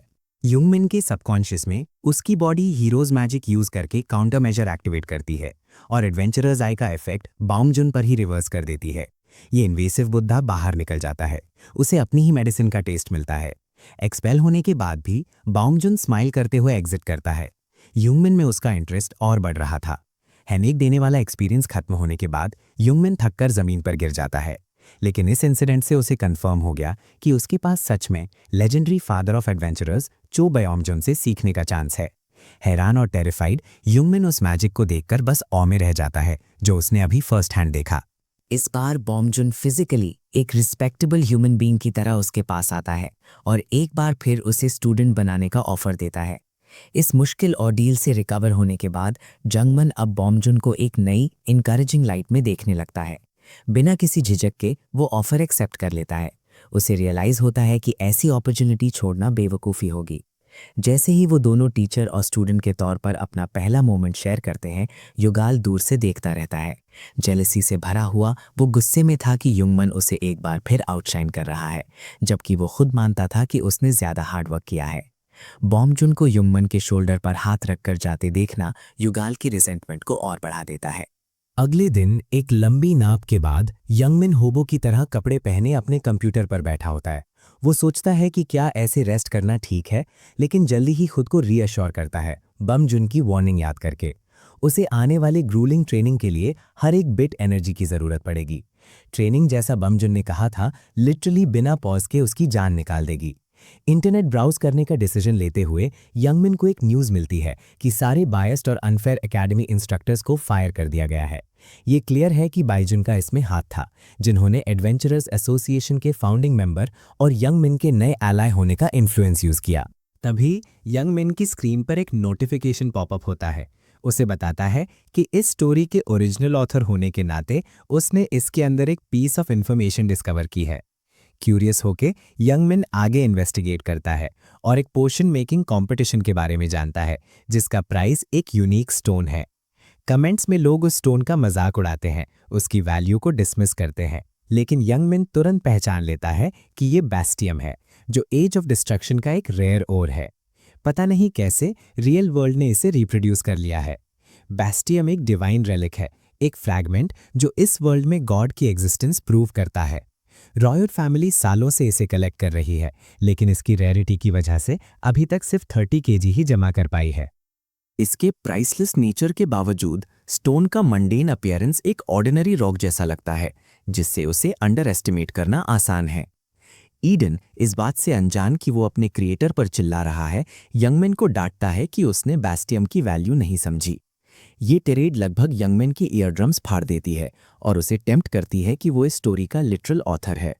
उसके बजाय वो ये थॉट अपने तक ही रखता है। इस कॉमेडिक मिसअंडरस्टैंडिंग के बाद ईडन एक ज़्यादा सीरियस टोन में शिफ्ट होता है और यंगमिन से पोशन मेकिंग में उसकी एक्सपर्टीज पूछता है। शर्मिंदा होके यंगमिन एडमिट करता है कि वो इसमें बेकार है। ईडन एक डीप ब्रेथ लेता है, साफ तौर पर अपनी फ्रस्ट्रेशन कंट्रोल करता है और डिक्लेयर करता है कि यंग मैन को इंटेंसिव पोशन मेकिंग ट्रेनिंग से गुजरना होगा। कंपटीशन सिर्फ 1 वीक दूर है और ईडन इंसिस्ट करता है कि उन्हें बैस्टियम हर हालत में सिक्योर करना है। हालांकि जंग इसकी इंपॉर्टेंस समझता है, लेकिन ईडन की हेलिश ट्रेनिंग से गुजरना सोचकर ही उसकी स्पाइन में शिवर्स दौड़ जाते हैं। नर्वस लेकिन रिजाइंड यंग मैन रियलाइज करता है कि ये सब उसने खुद ही शुरू किया है।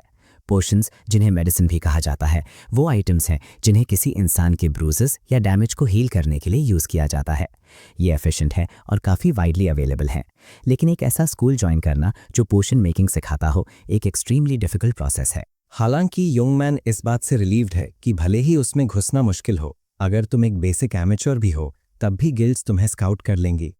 अपने एक्सपीरियंस की कमी के बावजूद यंगमैन ने सोचा था कि उसे सबसे बेसिक पोशंस बनाने के लिए भी बहुत हार्डवर्क करना पड़ेगा, लेकिन उसे एक एंटी क्लाइमैक्टिक सिनारियो मिलता है जब वो रॉयल अल्केमिस्ट के सबसे यंग अप्रेंटिस की लिखी हुई एक बुक को फॉलो करके पहली ही ट्राई में सक्सेसफुली एक पोशन बना लेता है, बिल्कुल शॉक्ड कि ये काम कर गया, जंग मैन के पास अब इंग्रियल अल्केमी सीखने के लेवल 1 पर पोशंस ब्रू करने की एबिलिटी आ चुकी है।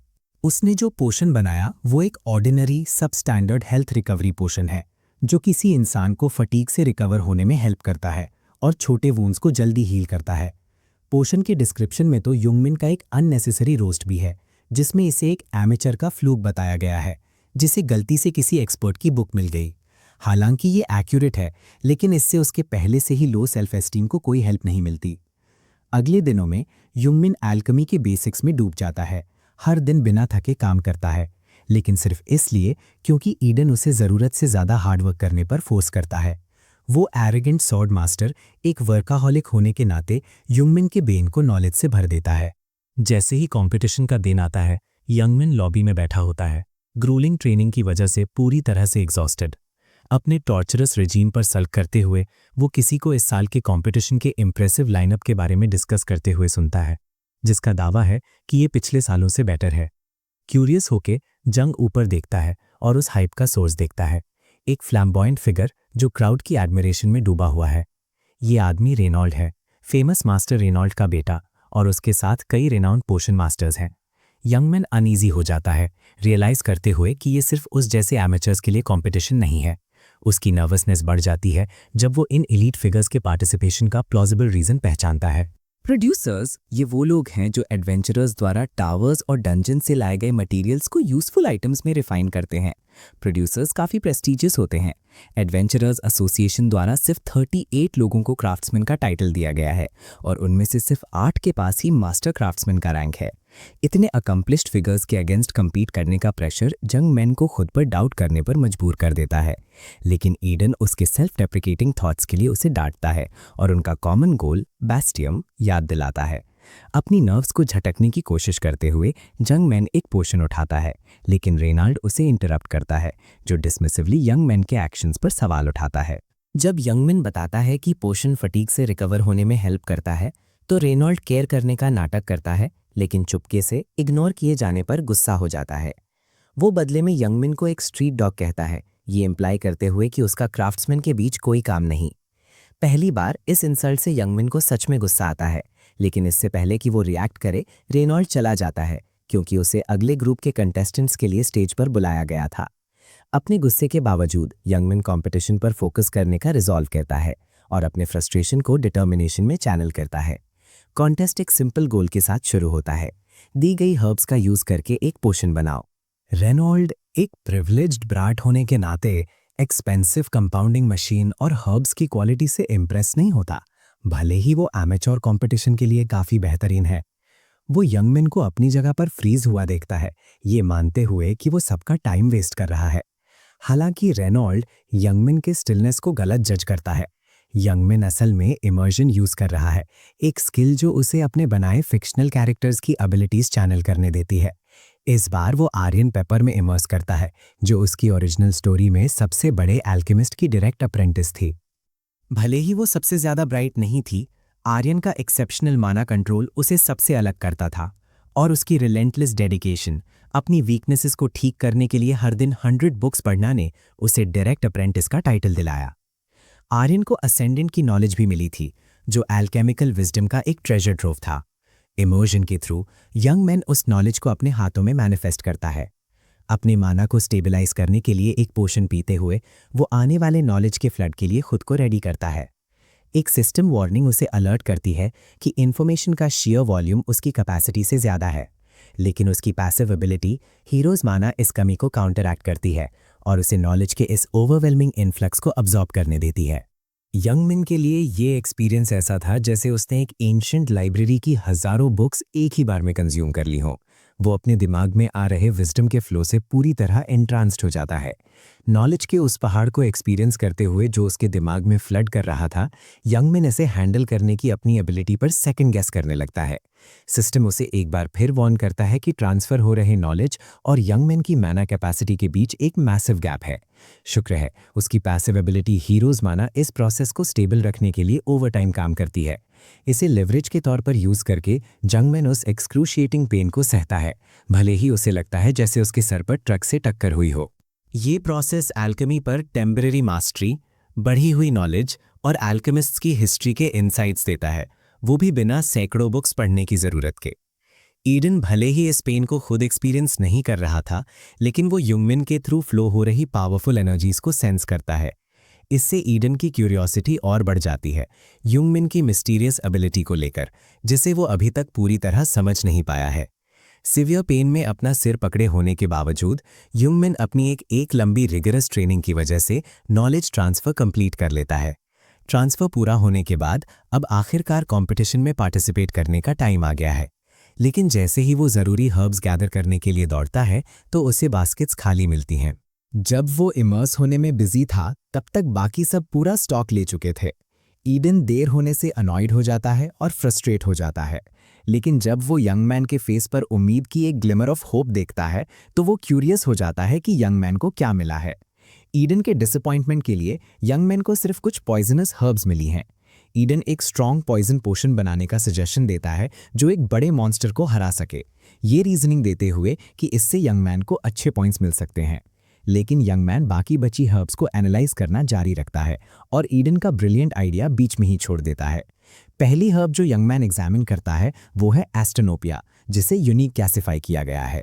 ये हर्ब अपनी इंटेंस हीट की वजह से बॉडी का टेम्परेचर बढ़ा देती है, लेकिन अगर इसे गलत तरीके से कंज्यूम किया जाए तो ये बॉडी की हर वेन को डिस्ट्रॉय कर सकती है। दूसरी हर्ब बैरियन रेयर क्लास की है। हीट करने पर ये एक full body covering mucus membrane में ट्रांसफॉर्म हो जाती है, जो एक्सटर्नल इंजरीज को रोकता है। लेकिन अगर ये बॉडी के अंदर चली जाए तो एक लीथल पॉइजन बन जाती है। अपनी नई एल्केमी की नॉलेज के साथ यंग मैन कंपटीशन को एस करने का एक आइडिया निकालता है, यहाँ तक कि ईडन भी समझ नहीं पाता कि वो क्या प्लान कर रहा है। यंग मैन जल्दी से ज़रूरी मटेरियल्स गैदर करता है और काम शुरू करने के लिए अपने स्टेशन पर दौड़ता है। भले ही उसे स्ट्रॉन्ग हर्ब्स की ज़रूरत हो या ना हो, यंग मैन कुछ एक्स्ट्रा ऑर्डिनरी क्रिएट करने के लिए डिटर्मिन्ड है। जो इंग्रेडिएंट्स यंग मैन सिलेक्ट करता है वो इतने पोटेंट हैं कि उनकी एक बूंद भी हज़ारों को मार सकती है। इससे वो एक पल के लिए हेजिटेट करता है, लेकिन कोई दूसरा ऑप्शन ना होने पर वो आगे बढ़ता है। कपते हुए हाथों से वो पॉइजनस हर्ब्स के एसेंसेस को मिक्स करना शुरू करता है, आर्यन पेपर के साथ अपने इमर्जेंस से मिली वास्ट नॉलेज पर ट्रस्ट करते हुए। उसकी नर्व्स ऑन एज हैं, उसे पता है कि इसमें कितने रिस्क्स इन्वॉल्व हैं। उधर मास्टर क्राफ्ट्समैन रेनॉल्ड स्टैंड से कंपटीशन देख रहा है। अपने बेटे रेनल की सुपीरियॉरिटी में कॉन्फिडेंट वो बाकी कंटेस्टेंट्स को डिसमिस करता है, जिसमें युंगमिन भी शामिल है, क्योंकि वो प्रोवाइड की गई एडवांस कंपाउंडिंग मशीन यूज नहीं कर रहे थे। लेकिन क्लोजर ऑब्जर्वेशन पर रेनल कुछ रिमार्केबल नोटिस करता है। यंग मैन अपने हाथों में मैना यूज कर रहा है हर्ब्स के पॉइजन को न्यूट्रलाइज करने और उन्हें पैनी में प्यूरिफाई करने के लिए। बेसिकली मशीन का काम मैन्युअली कर रहा है। रेनॉल्ड शॉक हो गया। यंग मैन सिर्फ मशीन का फंक्शन कॉपी नहीं कर रहा, बल्कि एक स्टेप आगे जाकर टॉक्सिन्स को न्यूट्रलाइज करते हुए हर्ब के बेनिफिट्स भी बढ़ा रहा है। रेनॉल्ड को याद आता है कि ऐसा मेथड सिर्फ थ्योरी में एग्जिस्ट करता है। इसे ट्राई करना बहुत रेकलेस माना जाता है, क्योंकि अगर फेल हुआ तो एक्सप्लोजन काफ़ी बड़ा हो सकता है और पॉइजन कई माइल्स तक फैल जाएगा। जब रेनॉल्ड इंटरवीन करने की सोच रहा था, तभी भीड़ के चीयर से वो रियलिटी में वापस आता है। पूरी तरह शॉक होकर यंग ने सक्सेसफुली कंपटीशन का एक ही सोल क्लास पोर्शन बना दिया। रेनॉल्ड तो शॉक से गिरते गिरते बचा। खुद रेनॉल्ड, जो कंपटीशन का गोल्डन बॉय था, उसे यकीन नहीं हो रहा कि किसी ने उसे इतनी बुरी तरह से आउटशाइन कर दिया। यंग मैन का विनिंग पोशन ऑफ फायर के काफ़ी बेनिफिट्स हैं। ये परमानेंट मैना इंक्रीज देता है, 80% तक टेम्पररी फायर रेजिस्टेंस देता है और एक्सपर्ट एल्केमिकल मैनिपुलेशन से ओरिजिनल इंग्रेडिएंट्स के पॉइजनस इफेक्ट्स को ख़त्म कर देता है। पोशन के डिस्क्रिप्शन से पता चलता है कि ये किसी और वर्ल्ड की एल्केमी से बना है। पीने पर यह परमानेंट फायर रेजिस्टेंस और मैना कैपेसिटी बढ़ा देता है। यंग मैन की सक्सेस उसकी यूनिक एबिलिटीज़ को भी बूस्ट करती है, उसके स्किल्स को प्रीवियस लिमिट से आगे धकेल देती है। उसका मूड और मैना स्टैट्स तेजी से बढ़ते हैं, क्योंकि वो रियलाइज करता है कि ये पोशन बनाने में ज़्यादा टाइम भी नहीं लगा। पर हमेशा की तरह उसका सेलिब्रेशन थोड़ी देर का था। रेनॉल्ड गुस्से और इनसिक्योरिटी में यंग मैन का कॉलर पकड़ता है और उसे चीटिंग का ब्लेम करता है। वो पूछता है कि एक एमेचर सोल क्लास पोशन कैसे बना सकता है। जो रेनॉल्ड समझ नहीं पाता वो ये है कि यंग मैन ओवरपावर्ड कैरेक्टर्स में इमर्स होने की अपनी एबिलिटी छुपा रहा है। खैर, रेनॉल्ड जैसा साइड कैरेक्टर इसके बारे में ज़्यादा कुछ नहीं कर सकता। रेनॉल्ड का गुस्सा हर पल बढ़ता जा रहा था, लेकिन इससे पहले कि वो यंगमीन को कुछ नुकसान पहुंचा पाता, रेनॉल्ड सिचुएशन को डिफ्यूज़ करने के लिए बीच में आ जाते हैं। वो डेटे को डांटते हैं कि वो आउट ऑफ प्लेस एक्ट कर रहा है और बिगड़े हुए बच्चे की तरह बिहेव करके अपनी रेप्यूटेशन खराब कर रहा है। शर्मिंदा होकर रेनॉल्ड अपने इम्पल्सिव एक्शंस को जस्टिफाई करने की कोशिश करता है। यंग मैन पर सोल क्लास पोशन बनाने में फ्रॉड का ब्लेम लगाता है। लेकिन रेनॉल्ड अपने इग्नोरेंट बेटे पर और ज़्यादा गुस्सा हो जाते हैं। वो पॉइंट आउट करते हैं कि उसके बेसलेस एक्यूजेशंस तो रेनॉल्ड के खुद के जजमेंट की इंसल्ट हैं, क्योंकि विनर तो उन्होंने ही डिक्लेयर किया था। कन्फ्रंटेशन एक टेंस स्टेयरिंग कॉन्टेस्ट में बदल जाती है, जहां रेनॉल्ड फाइनली प्रेशर में टूट जाता है। अपनी सेल्फ रिस्पेक्ट दबाकर वो ना चाहते हुए भी अपने फादर से सॉरी बोलता है। रेनॉल्ड, जो बिल्कुल इम्प्रेस्ड नहीं थे, कहते हैं कि सॉरी यंग मैन से बोलो। ना चाहते हुए भी रेनॉल्ड यंग मैन की तरफ मुड़ता है और सॉरी बोलता है। सबको सरप्राइज करते हुए यंग मैन तुरंत अपॉलॉजी एक्सेप्ट कर लेता है। ये काफ़ी अजीब था, ये देखते हुए कि पहले जब रेनॉल्ड ने उसे स्ट्रीट डॉग बुलाकर इंसल्ट किया था, तब वो कितना गुस्से में था। रेनॉल्ड, जो अपने बेटे से क्लियरली डिसअपॉइंट थे, रिग्रेट करते हैं कि उन्होंने ऐसे एम्बिसिल को पाला। यंग मैन हाउएवर इंसिस्ट करता है कि उसे बुरा नहीं लगा, जिससे टेंशन और कम हो जाती है। फिर रेनॉल्ड कॉन्वर्जेशन शिफ्ट करते हैं। यंग मैन के पोशन मेकिंग प्रोसेस के दौरान उसके प्रिसाइज माना कंट्रोल की तारीफ करते हैं। नेचुरली क्यूरियस होकर वो पूछते हैं कि यंग मैन को इतनी इंट्रिकेट टेक्निक किसने सिखाई। यंग मैन सिंपली जवाब देता है खुद को, एक ऑटोडायडैक्ट सेल्फ टॉट क्लेम करता है। ये रेवलेशन दोनों रेनॉल्ड और रियाल्ट को विजिबली शॉक कर देता है, क्योंकि ऐसा क्लेम बहुत अनयूजुअल है। इससे पहले कि दोनों पूरी तरह रिएक्ट कर पाएं, अनाउंसर यंग मैन को अवार्ड सेरेमनी की तैयारी के लिए बुला लेता है। जब यंग मैन चला जाता है, रेनॉल्ड रिफ्लेक्ट करते हैं कि इतना टैलेंट एक छोटे टाउन में मिलना कितना एक्स्ट्रॉर्डिनरी है। वो डिसाइड करते हैं कि यंग मैन वो बंदा है जिस पर नजर रखनी चाहिए। अपने अभी भी डिसअपॉइंटेड बेटे की तरफ मुड़कर रेनॉल्ड थोड़ा कॉन्सोलेशन देते हैं। रियाल्ट की तारीफ करते हैं कि उसने अच्छा काम किया। ये बात रियाल्ट को इमोशनल कर देती है और वो रिजॉल्व करता है कि होम कंट्री लौटने पर वो खुद को इम्प्रूव करेगा। अवार्ड सेरेमनी शुरू होती है और यंग मैन को स्टेज पर प्राइज लेने के लिए इनवाइट किया जाता है। अनाउंसर रिवील करता है कि अवार्ड कोई और नहीं, चो बयमजन देंगे। ये नाम सुनकर यंग मैन ऐसे रिएक्ट करता है जैसे उसने घोस्ट देख लिया हो, और वो गलत नहीं था। बयमजन के दिखने में प्लेजेंट स्माइल के पीछे इतना गुस्सा छुपा था कि यंग मैन उसे अपने कोर में फील करता है। वो होने वाली ग्रिलिंग के लिए खुद को रेडी करता है। यंग मैन अवार्ड एक्सेप्ट करता है और बीएम जुन को फॉलो करके प्राइवेट कॉन्वर्सेशन के लिए पास के कॉफी शॉप जाता है। एक दूसरे के सामने बैठे उनकी बॉडी लैंग्वेज बिल्कुल अलग थी। बीएम जुन में अथॉरिटी झलक रही थी, जबकि यंग मैन नर्वसनेस में बैठे फिजिट कर रहा था। बीएम जुन यंग मैन के इस इम्पल्सिव डिसीजन पर सवाल करते हैं कि उसने पोशन मेकिंग कॉम्पिटिशन में पार्टिसिपेट क्यों किया। उन्हें यह अजीब लगा क्योंकि उन्हें यंग मैन की पोशन मेकिंग एबिलिटी के बारे में पहले कुछ नहीं पता था। यंग मैन घबराते हुए एक्सप्लेन करता है कि उसने खुद ही ऐसे पोशंस बनाना सीखे जो पहले इम्पॉसिबल माने जाते थे। ऑब्वियस सी बात है, बीएम जुन स्केप्टिकल होते हैं, पर वो उसे इग्नोर कर देते हैं। फिर यंग मैन एक रेयर ओर की अपनी जरूरत बताता है, पर अपने एग्जैक्ट रीजंस एक्सप्लेन करने से बचता है। बीएम जुन इस वेग एक्सप्लेनेशन को अनयूजुअली एक्सेप्ट कर लेते हैं और यंग मैन की इस नई एल्केमिकल स्किल पर सरप्राइज एक्सप्रेस करते हैं। लेकिन क्लैरिफाई करने के लिए वो पूछते हैं कि क्या यंग मैन कभी किसी गिल्ड में इन्वॉल्व रहा है। यंग मैन कॉन्फिडेंस से मना कर देता है। बीएम जुन फिर अपना अटेंशन उस मिस्टीरियस ओर पर शिफ्ट करते हैं जो यंग मैन प्रेजेंट करता है। यंग मैन एंथुजियाज्म से एक्सप्लेन करता है कि ये एक सोल क्लास स्टोन है जिसमें बहुत पोटेंशियल है, इसीलिए उसे यूटिलाइज करने के लिए एक मास्टर क्राफ्ट्समैन की जरूरत है। पहले तो बीएम जुन स्केप्टिकल थे और वो अपनी यूनिक स्किल एडवेंचरर्स आय को एक ऑर्डिनरी रॉक पर वेस्ट नहीं करना चाहते थे। मगर यंग मैन की होपफुल प्लीडिंग उन्हें ट्राई करने के लिए कन्विंस कर लेती है। उन्हें सरप्राइज करते हुए एडवेंचरर्स आई स्टोन को पूरी तरह एनालाइज नहीं कर पाती। इसके बजाय ये सिर्फ सरफेस लेवल इंफॉर्मेशन रिवील करता है, जैसे कि मैना एम्प्लीफिकेशन, स्टोरेज और सब्लिमेशन इफेक्ट्स। और तो और स्टोन काउंटर मेजर्स डेवलप करता है, जिससे डीपर एनालिसिस के लिए रिक्वायर्ड मैना बढ़ जाता है। बीएम जुन इस मिस्टीरियस ओर से डम्फाउंडेड हो जाते हैं, जिसे उन्होंने अंडर एस्टिमेट किया था।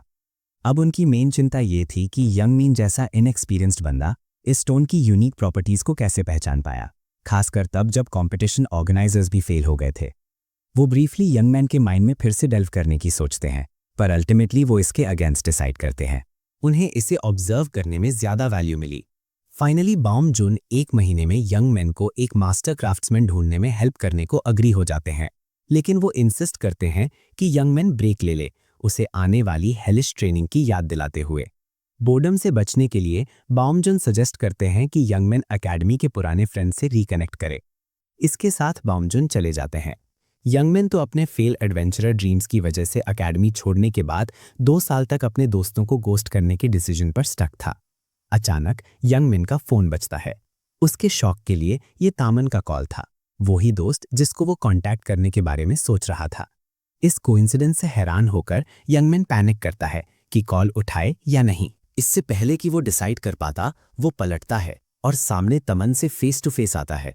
दोनों एक दूसरे को घूरते हैं और एक कंफ्यूज्ड ऑडिबल गास्प छोड़ते हैं। पोक बेली कैफे में तमन और जंग काफी देर बाद एक लंबी कॉन्वर्सेशन और कॉफी के दौरान कैचअप करते हैं। बायोंग जुन के जंगमैन को पुराने दोस्तों से रिकनेक्ट करने के लिए बोलने के ठीक बाद एक ही कैफे में होने के कोइंसिडेंस पर हंसते हुए वो जल्दी ही एक रिलैक्स्ड कॉन्वर्सेशन में खो जाते हैं।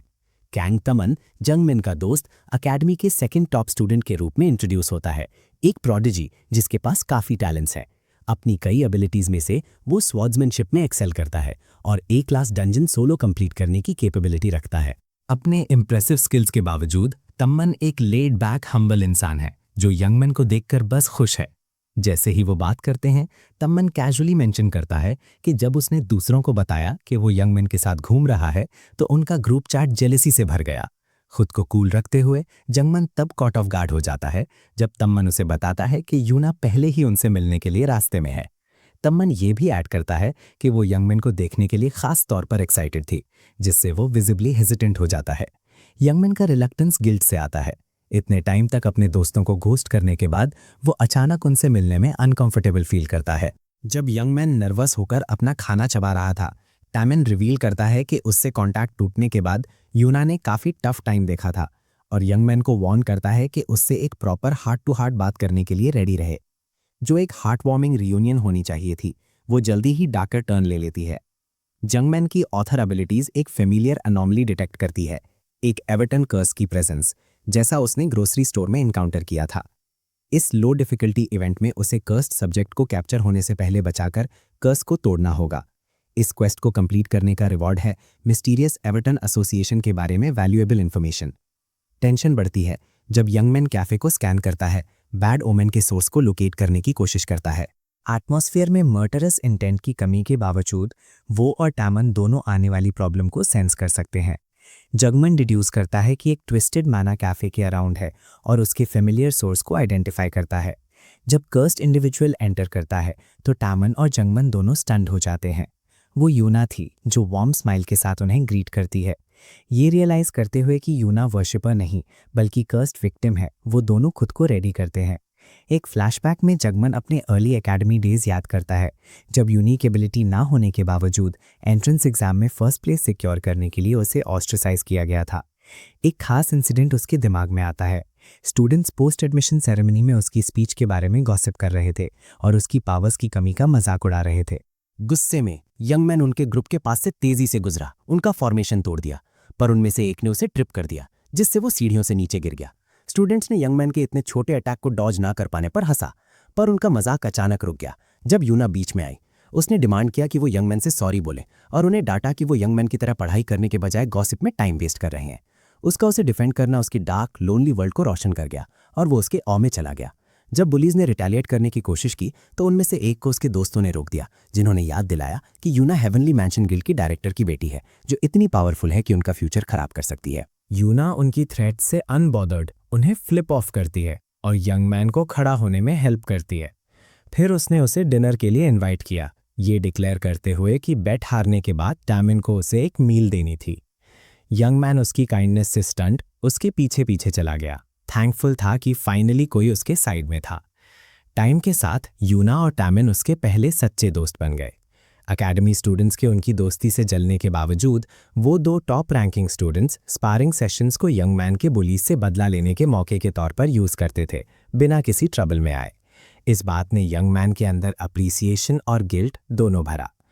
प्रेजेंट में लौटकर यूना टैमन और यंगमैन के चेहरे पर वरीड लुक नोटिस करती है और पूछती है कि क्या हुआ। टॉमन पॉइंट आउट करता है कि वो अपनी यूजुअल सेल्फ जैसी नहीं लग रही। उसने अपने डॉक्टर से क्लीन बिल ऑफ हेल्थ मिलने का क्लेम करके उनकी चिंता को डिसमिस करने की कोशिश की, लेकिन यंगमैन जिद करता है, सजेस्ट करता है कि शायद वो कुछ शेडी चीज़ में इन्वॉल्व है। फाइनली यूना मान जाती है और एक रीसेंट एकेडमी असाइनमेंट के बारे में बताती है। उसे एकेडमी टूर से पहले डंजन को इंस्पेक्ट करने के लिए प्रोफेसर्स के एक ग्रुप के साथ भेजा गया था। पहले तो टास्क स्ट्रेट फॉरवर्ड लगा और कुछ भी अनयूजुअल नहीं दिखा, लेकिन उसने एक रॉकी सरफेस पर एक ब्लडी रेड स्पॉट इल्यूमिनेटेड हुआ देखा और क्यूरियोसिटी में उसने उसे टच किया। वो सब्सटेंस वायलेंटली रिएक्ट हुआ, उसके हाथ के अराउंड बॉयल होने लगा और डार्क मिस्ट की एक वेव रिलीज की, जैसी यंगमैन ने पहले एनकाउंटर की थी। यूना ने कंट्रोल रिगेन किया और पीछे हट गई, पर वो मिस्ट ऑमिनस तरीके से वहीं रुक गई। प्रोफेसर्स, जो इस बात से अनजान थे कि क्या हुआ है, उन्होंने अपना इंस्पेक्शन कंप्लीट किया और उसे बुलाया। यूना मिस्टीरियस मिस्ट को वहीं छोड़कर उनके पास चली गई। शुरू में उसने सोचा कि यह सिर्फ एक इल्यूजन था, पर अब वो रियलाइज करती है कि वो मिस्ट अब भी उसे अफेक्ट कर रही है, उसकी माना को ट्विस्ट कर रही है। ये सुनकर टैमन घबरा जाता है, डिक्लेयर करता है कि उसका माना इतना करप्ट हो चुका है कि इसे इग्नोर नहीं किया जा सकता।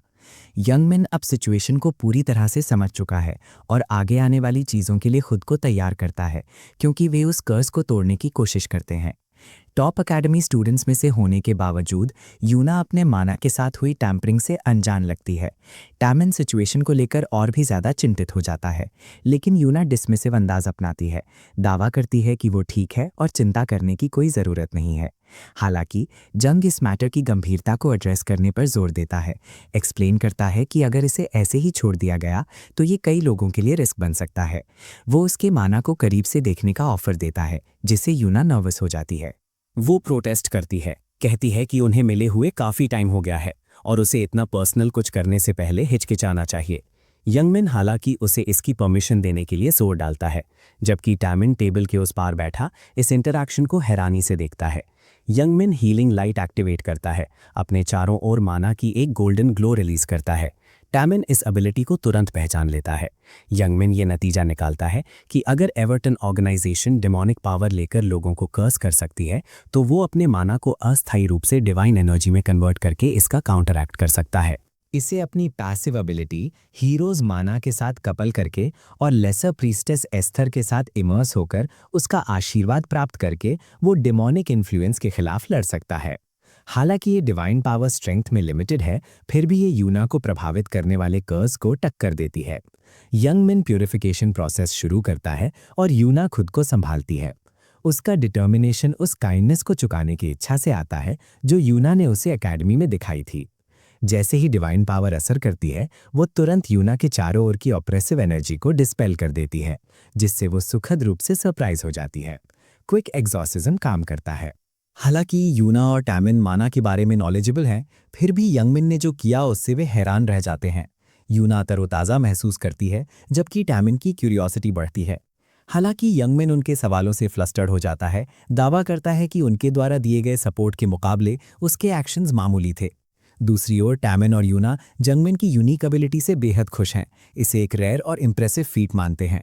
टैमन एक्साइटमेंट में यंगमैन को पकड़कर हिलाता है, जिससे वो अपने कंधों पर रहम की भीख मांगता रह जाता है।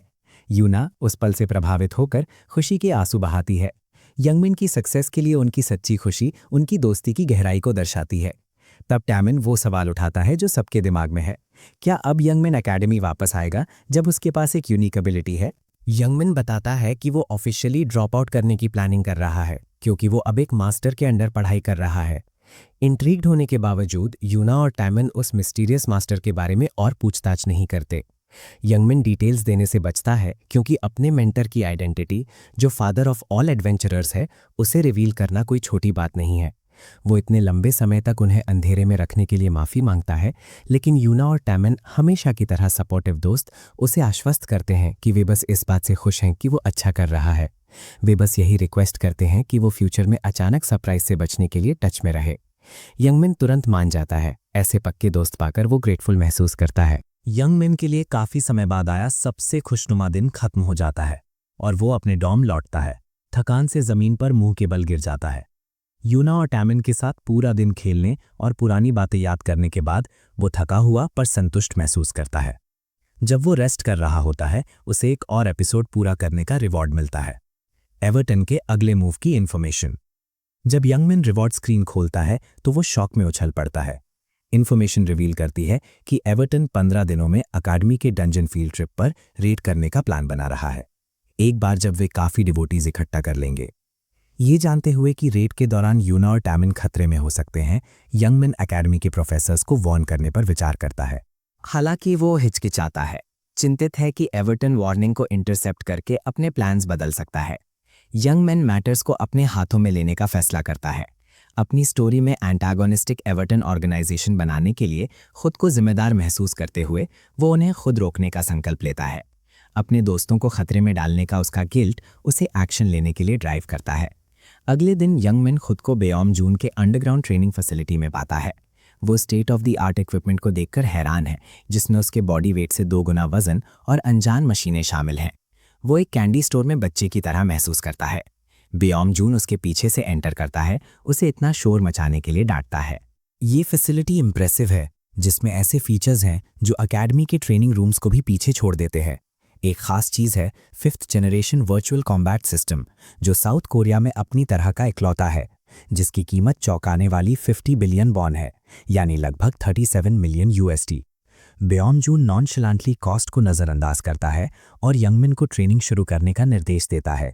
जाने से पहले बेओम जून यंगमिन को एक बबल रैप किया हुआ पैकेज देता है। अंदर रिफाइंड बास्टियम का बना एक नेकलेस है, एक फर्स्ट रेट यूनिक आइटम जिसके इफेक्ट्स हैं जैसे माना एम्प्लीफिकेशन, स्टोरेज, सब्लिमेशन और शेप चेंज। ये रेयर मिनरल अपना ओनर चुनता है और उनके माना को एम्प्लीफाई करता है, किसी भी एक्सेस को स्टोर करता है। यंगमैन कारीगरी से इम्प्रेस होकर उत्सुकता से इसे पहन लेता है। बेओम जून नेकलेस को बनाने में हुई परेशानी बताता है, क्योंकि कई फॉर्जर्स उससे बास्टियम खरीदने की कोशिश कर रहे थे। औपचारिकताएं पूरी होने के बाद बेओम जून यंगमैन की ट्रेनिंग शुरू करता है। वो उसे एक हल्के वार्म अप के साथ शुरू करने का निर्देश देता है, लेकिन जैसे ही यंगमैन ट्रेनिंग रूम में एंटर करता है, एनवायरनमेंट अचानक बदल जाता है। हवा का फ्लो रुक जाता है, एयर कंडीशनर बंद हो जाते हैं और टाइल्स के बीच से निकलती रोशनी से फ्लोर पर्पल रंग का चमकता है। एक माइक्रोफोन के जरिए बेओम जून एक्सप्लेन करता है कि यंगमैन ने अकेडमी में पहले ही थ्योरी में मास्टरी कर ली है। जिस चीज़ की उसमें कमी है वो है रियल वर्ल्ड एक्सपीरियंस। इसे एड्रेस करने के लिए बेओम जून ने एक जानलेवा सिनेरियो को सिम्युलेट करने के लिए रूम को ट्विस्टेड माना से कंटैमिनेट कर दिया है।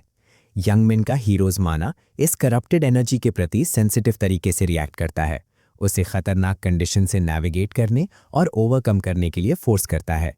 बेओम जून का अनऑर्थोडॉक्स टेस्ट शुरू हो चुका है और यंगमैन को इस जानलेवा ट्रायल के आगे हार मानने से पहले बाहर निकलने का रास्ता खोजना होगा। ये जानते हुए कि यंगमैन ने वर्ल्ड के पावर सिस्टम के थ्योरेटिकल एस्पेक्ट्स में पहले ही मास्टरी कर ली है, बेओम जून एक अनऑर्थोडॉक्स अप्रोच अपनाता है। उसे रियल लाइफ बैटल एक्सपीरियंस दिलाने के लिए मौत के कगार तक सफोकेट करता है। पूरा ट्रेनिंग रूम एक टॉक्सिक एटमॉस्फेयर से कंटामिनेट हो रहा है, जो हर मिनट और भी खराब होता जा रहा है। यंगमैन के पास समय रहते भागने का तरीका ढूंढने के अलावा कोई ऑप्शन नहीं बचता। यंगमैन के माना रिसेप्टर्स और उसकी पैसिव स्किल हीरोज माना कंटैमिनेशन के जवाब में हाई वायर हो जाते हैं। ऑप्रेसिव एनवायरनमेंट उसे पैनिक के कगार पर ले आता है। जैसे कि जहरीली हवा काफ़ी नहीं थी, यंगमैन को एक चिपचिपी एनर्जी, स्टिकी एनर्जी से और भी पैरालाइज करने की कोशिश की वार्निंग मिलती है। उसके घुटने कमज़ोर पड़ जाते हैं और वो ज़मीन पर गिर जाता है। अपने शरीर को कंट्रोल करने में असमर्थ उसे ऐसा महसूस होता है जैसे वो एक जानलेवा दलदल में डूब रहा हो। तभी इंटरकॉम के जरिए बेओम जून की आवाज़ केओस को चीरती हुई आती है। यंगमैन से हवा को एनालाइज करने का आग्रह करती है। बेओम जून एक्सप्लेन करता है कि ये प्रैक्टिस एडवेंचरर्स के लिए असली डंजन में एंटर करने की तैयारी के लिए बहुत ज़रूरी है, जिसमें अक्सर इस सिमुलेशन की तरह टॉक्सिक एनवायरनमेंट होते हैं। लेकिन चालाक बूढ़े आदमी का एक अल्टीरियर मोटिव है। वो यंगमैन को अपनी छिपी हुई एबिलिटी रिवील करने के लिए पुश करने की कोशिश कर रहा है। बेओम जून एंटिसिपेशन में मुस्कुराता है, लेकिन यंगमैन को खड़े होने में भी स्ट्रगल करना पड़ रहा है।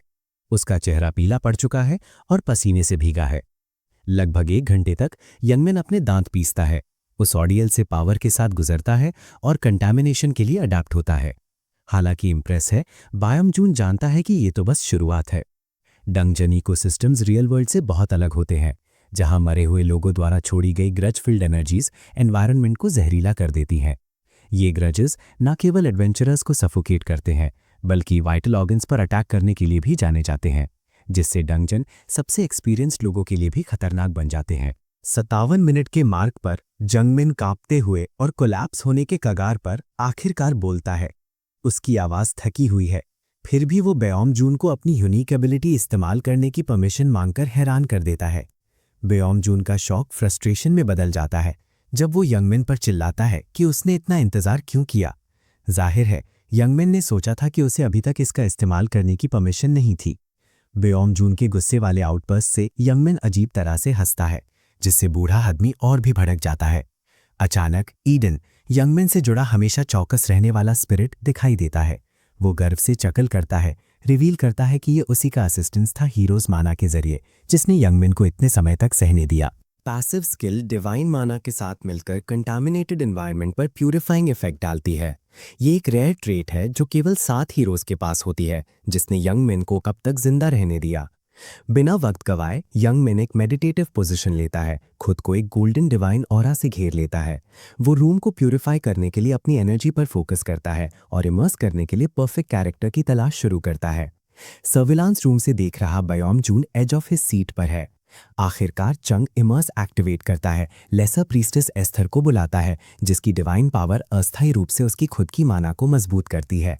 रूम गोल्डन लाइट से चमक उठता है क्योंकि जंग कंटामिनेशन के कारण हुए कोरोजन को रिवर्स कर देता है। बेओम जून खुद से थ्योरीज बुदबुदाता है, सोचता है कि क्या यंगमिन की एबिलिटी स्पिरिट डिसेंट है, एक यूनिक स्किल जो यूजर्स को स्पिरिट से पावर उधार लेने देती है। हालांकि वो नोटिस करता है कि यंगमिन का एनर्जी फ्लो ऐसी स्किल के लिए बहुत ज़्यादा रिफाइंड है। जब यंगमिन उसे एड्रेस करता है, पूछता है कि क्या कुछ गलत है, तो बेओम जून अपने विचारों से बाहर आता है। बेओम जून अपना गला साफ करता है और उसे आगे बढ़ने के लिए कहता है। 3 घंटे और 28 मिनट बाद यंगमिन आखिरकार एग्जॉशन से गिर जाता है।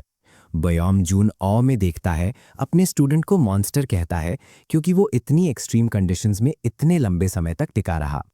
यंगमिन अभी भी जमीन पर पड़ा है, इसे एक कॉम्प्लीमेंट के तौर पर लेता है, जो उसके टीचर को और भी ज्यादा फ्रस्ट्रेट करता है। बेओम जून की अनॉयंस बढ़ जाती है क्योंकि वो यंगमिन को अपनी एबिलिटी का इस्तेमाल पहले ना करने से खुद को अनावश्यक तकलीफ देने के लिए डांटता है। उसकी चिड़चिड़ाहट तेजी से एक्शन में बदल जाती है क्योंकि वो ट्रेनिंग रूम में तूफान की तरह आता है, हाथ में हथियार लिए हुए। इससे पहले कि यंगमिन सांस ले पाता, बेओम जून ट्रेनिंग के अगले फेज स्वॉर्ड्समैनशिप की अनाउंसमेंट करता है। जंग के पास रिएक्शन के लिए मुश्किल से ही टाइम होता है, इससे पहले कि उसका मास्टर उसे मार पीट कर शेप में लाने की धमकी देता है। बड़बड़ाता है कि इस ट्रबलसम बच्चे की वजह से उसे कितना ओवरटाइम करना पड़ रहा है। यंगमिन पूरी तरह से कंफ्यूज्ड है, सोचता है कि क्या ये उसकी एबिलिटी इस्तेमाल करने में ज्यादा देर करने की सजा है। लेकिन असल में बेओम जून बस अपने प्लान से ज्यादा काम करने की फ्रस्ट्रेशन निकाल रहा है।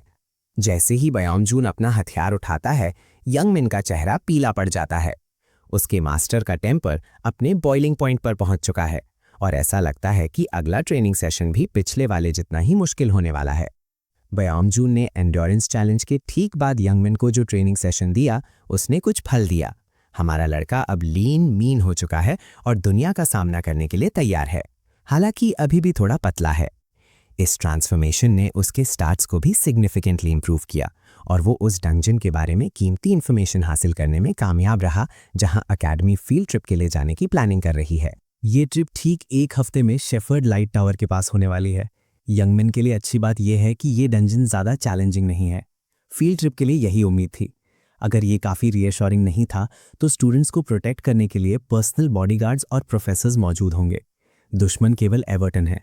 ये देखते हुए अकेडमी द्वारा एक ओवर एस्टिमेशन है। हालांकि अकेडमी ही अकेली नहीं है जो इस अटैक की तैयारी कर रही है। यंगमिन पिछले हफ्ते से अपनी खुद की तैयारी कर रहा है। बेओम जून की सख्त ट्रेनिंग की बदौलत यंगमिन की ब्लड वेसल्स अनब्लॉक हो गई हैं। उसके माना सर्किट्स स्मूथली चल रहे हैं और उसका माना अब उसके पूरे शरीर में एफर्टलेसली फ्लो होता है। हालांकि बेओम जून के कठोर तरीकों ने एक बड़ा रोल निभाया। यंगमिन की जिद ने भी उसकी प्रोग्रेस में योगदान दिया। अपने इम्प्रूव्ड फिजिकल स्टैट्स और माना सर्कुलेशन के साथ लो टीयर इमर्शन अब उसे प्रभावित नहीं करता, जिससे वो कॉन्फिडेंटली इंटरमीडिएट टीयर इमर्शन तक जा सकता है।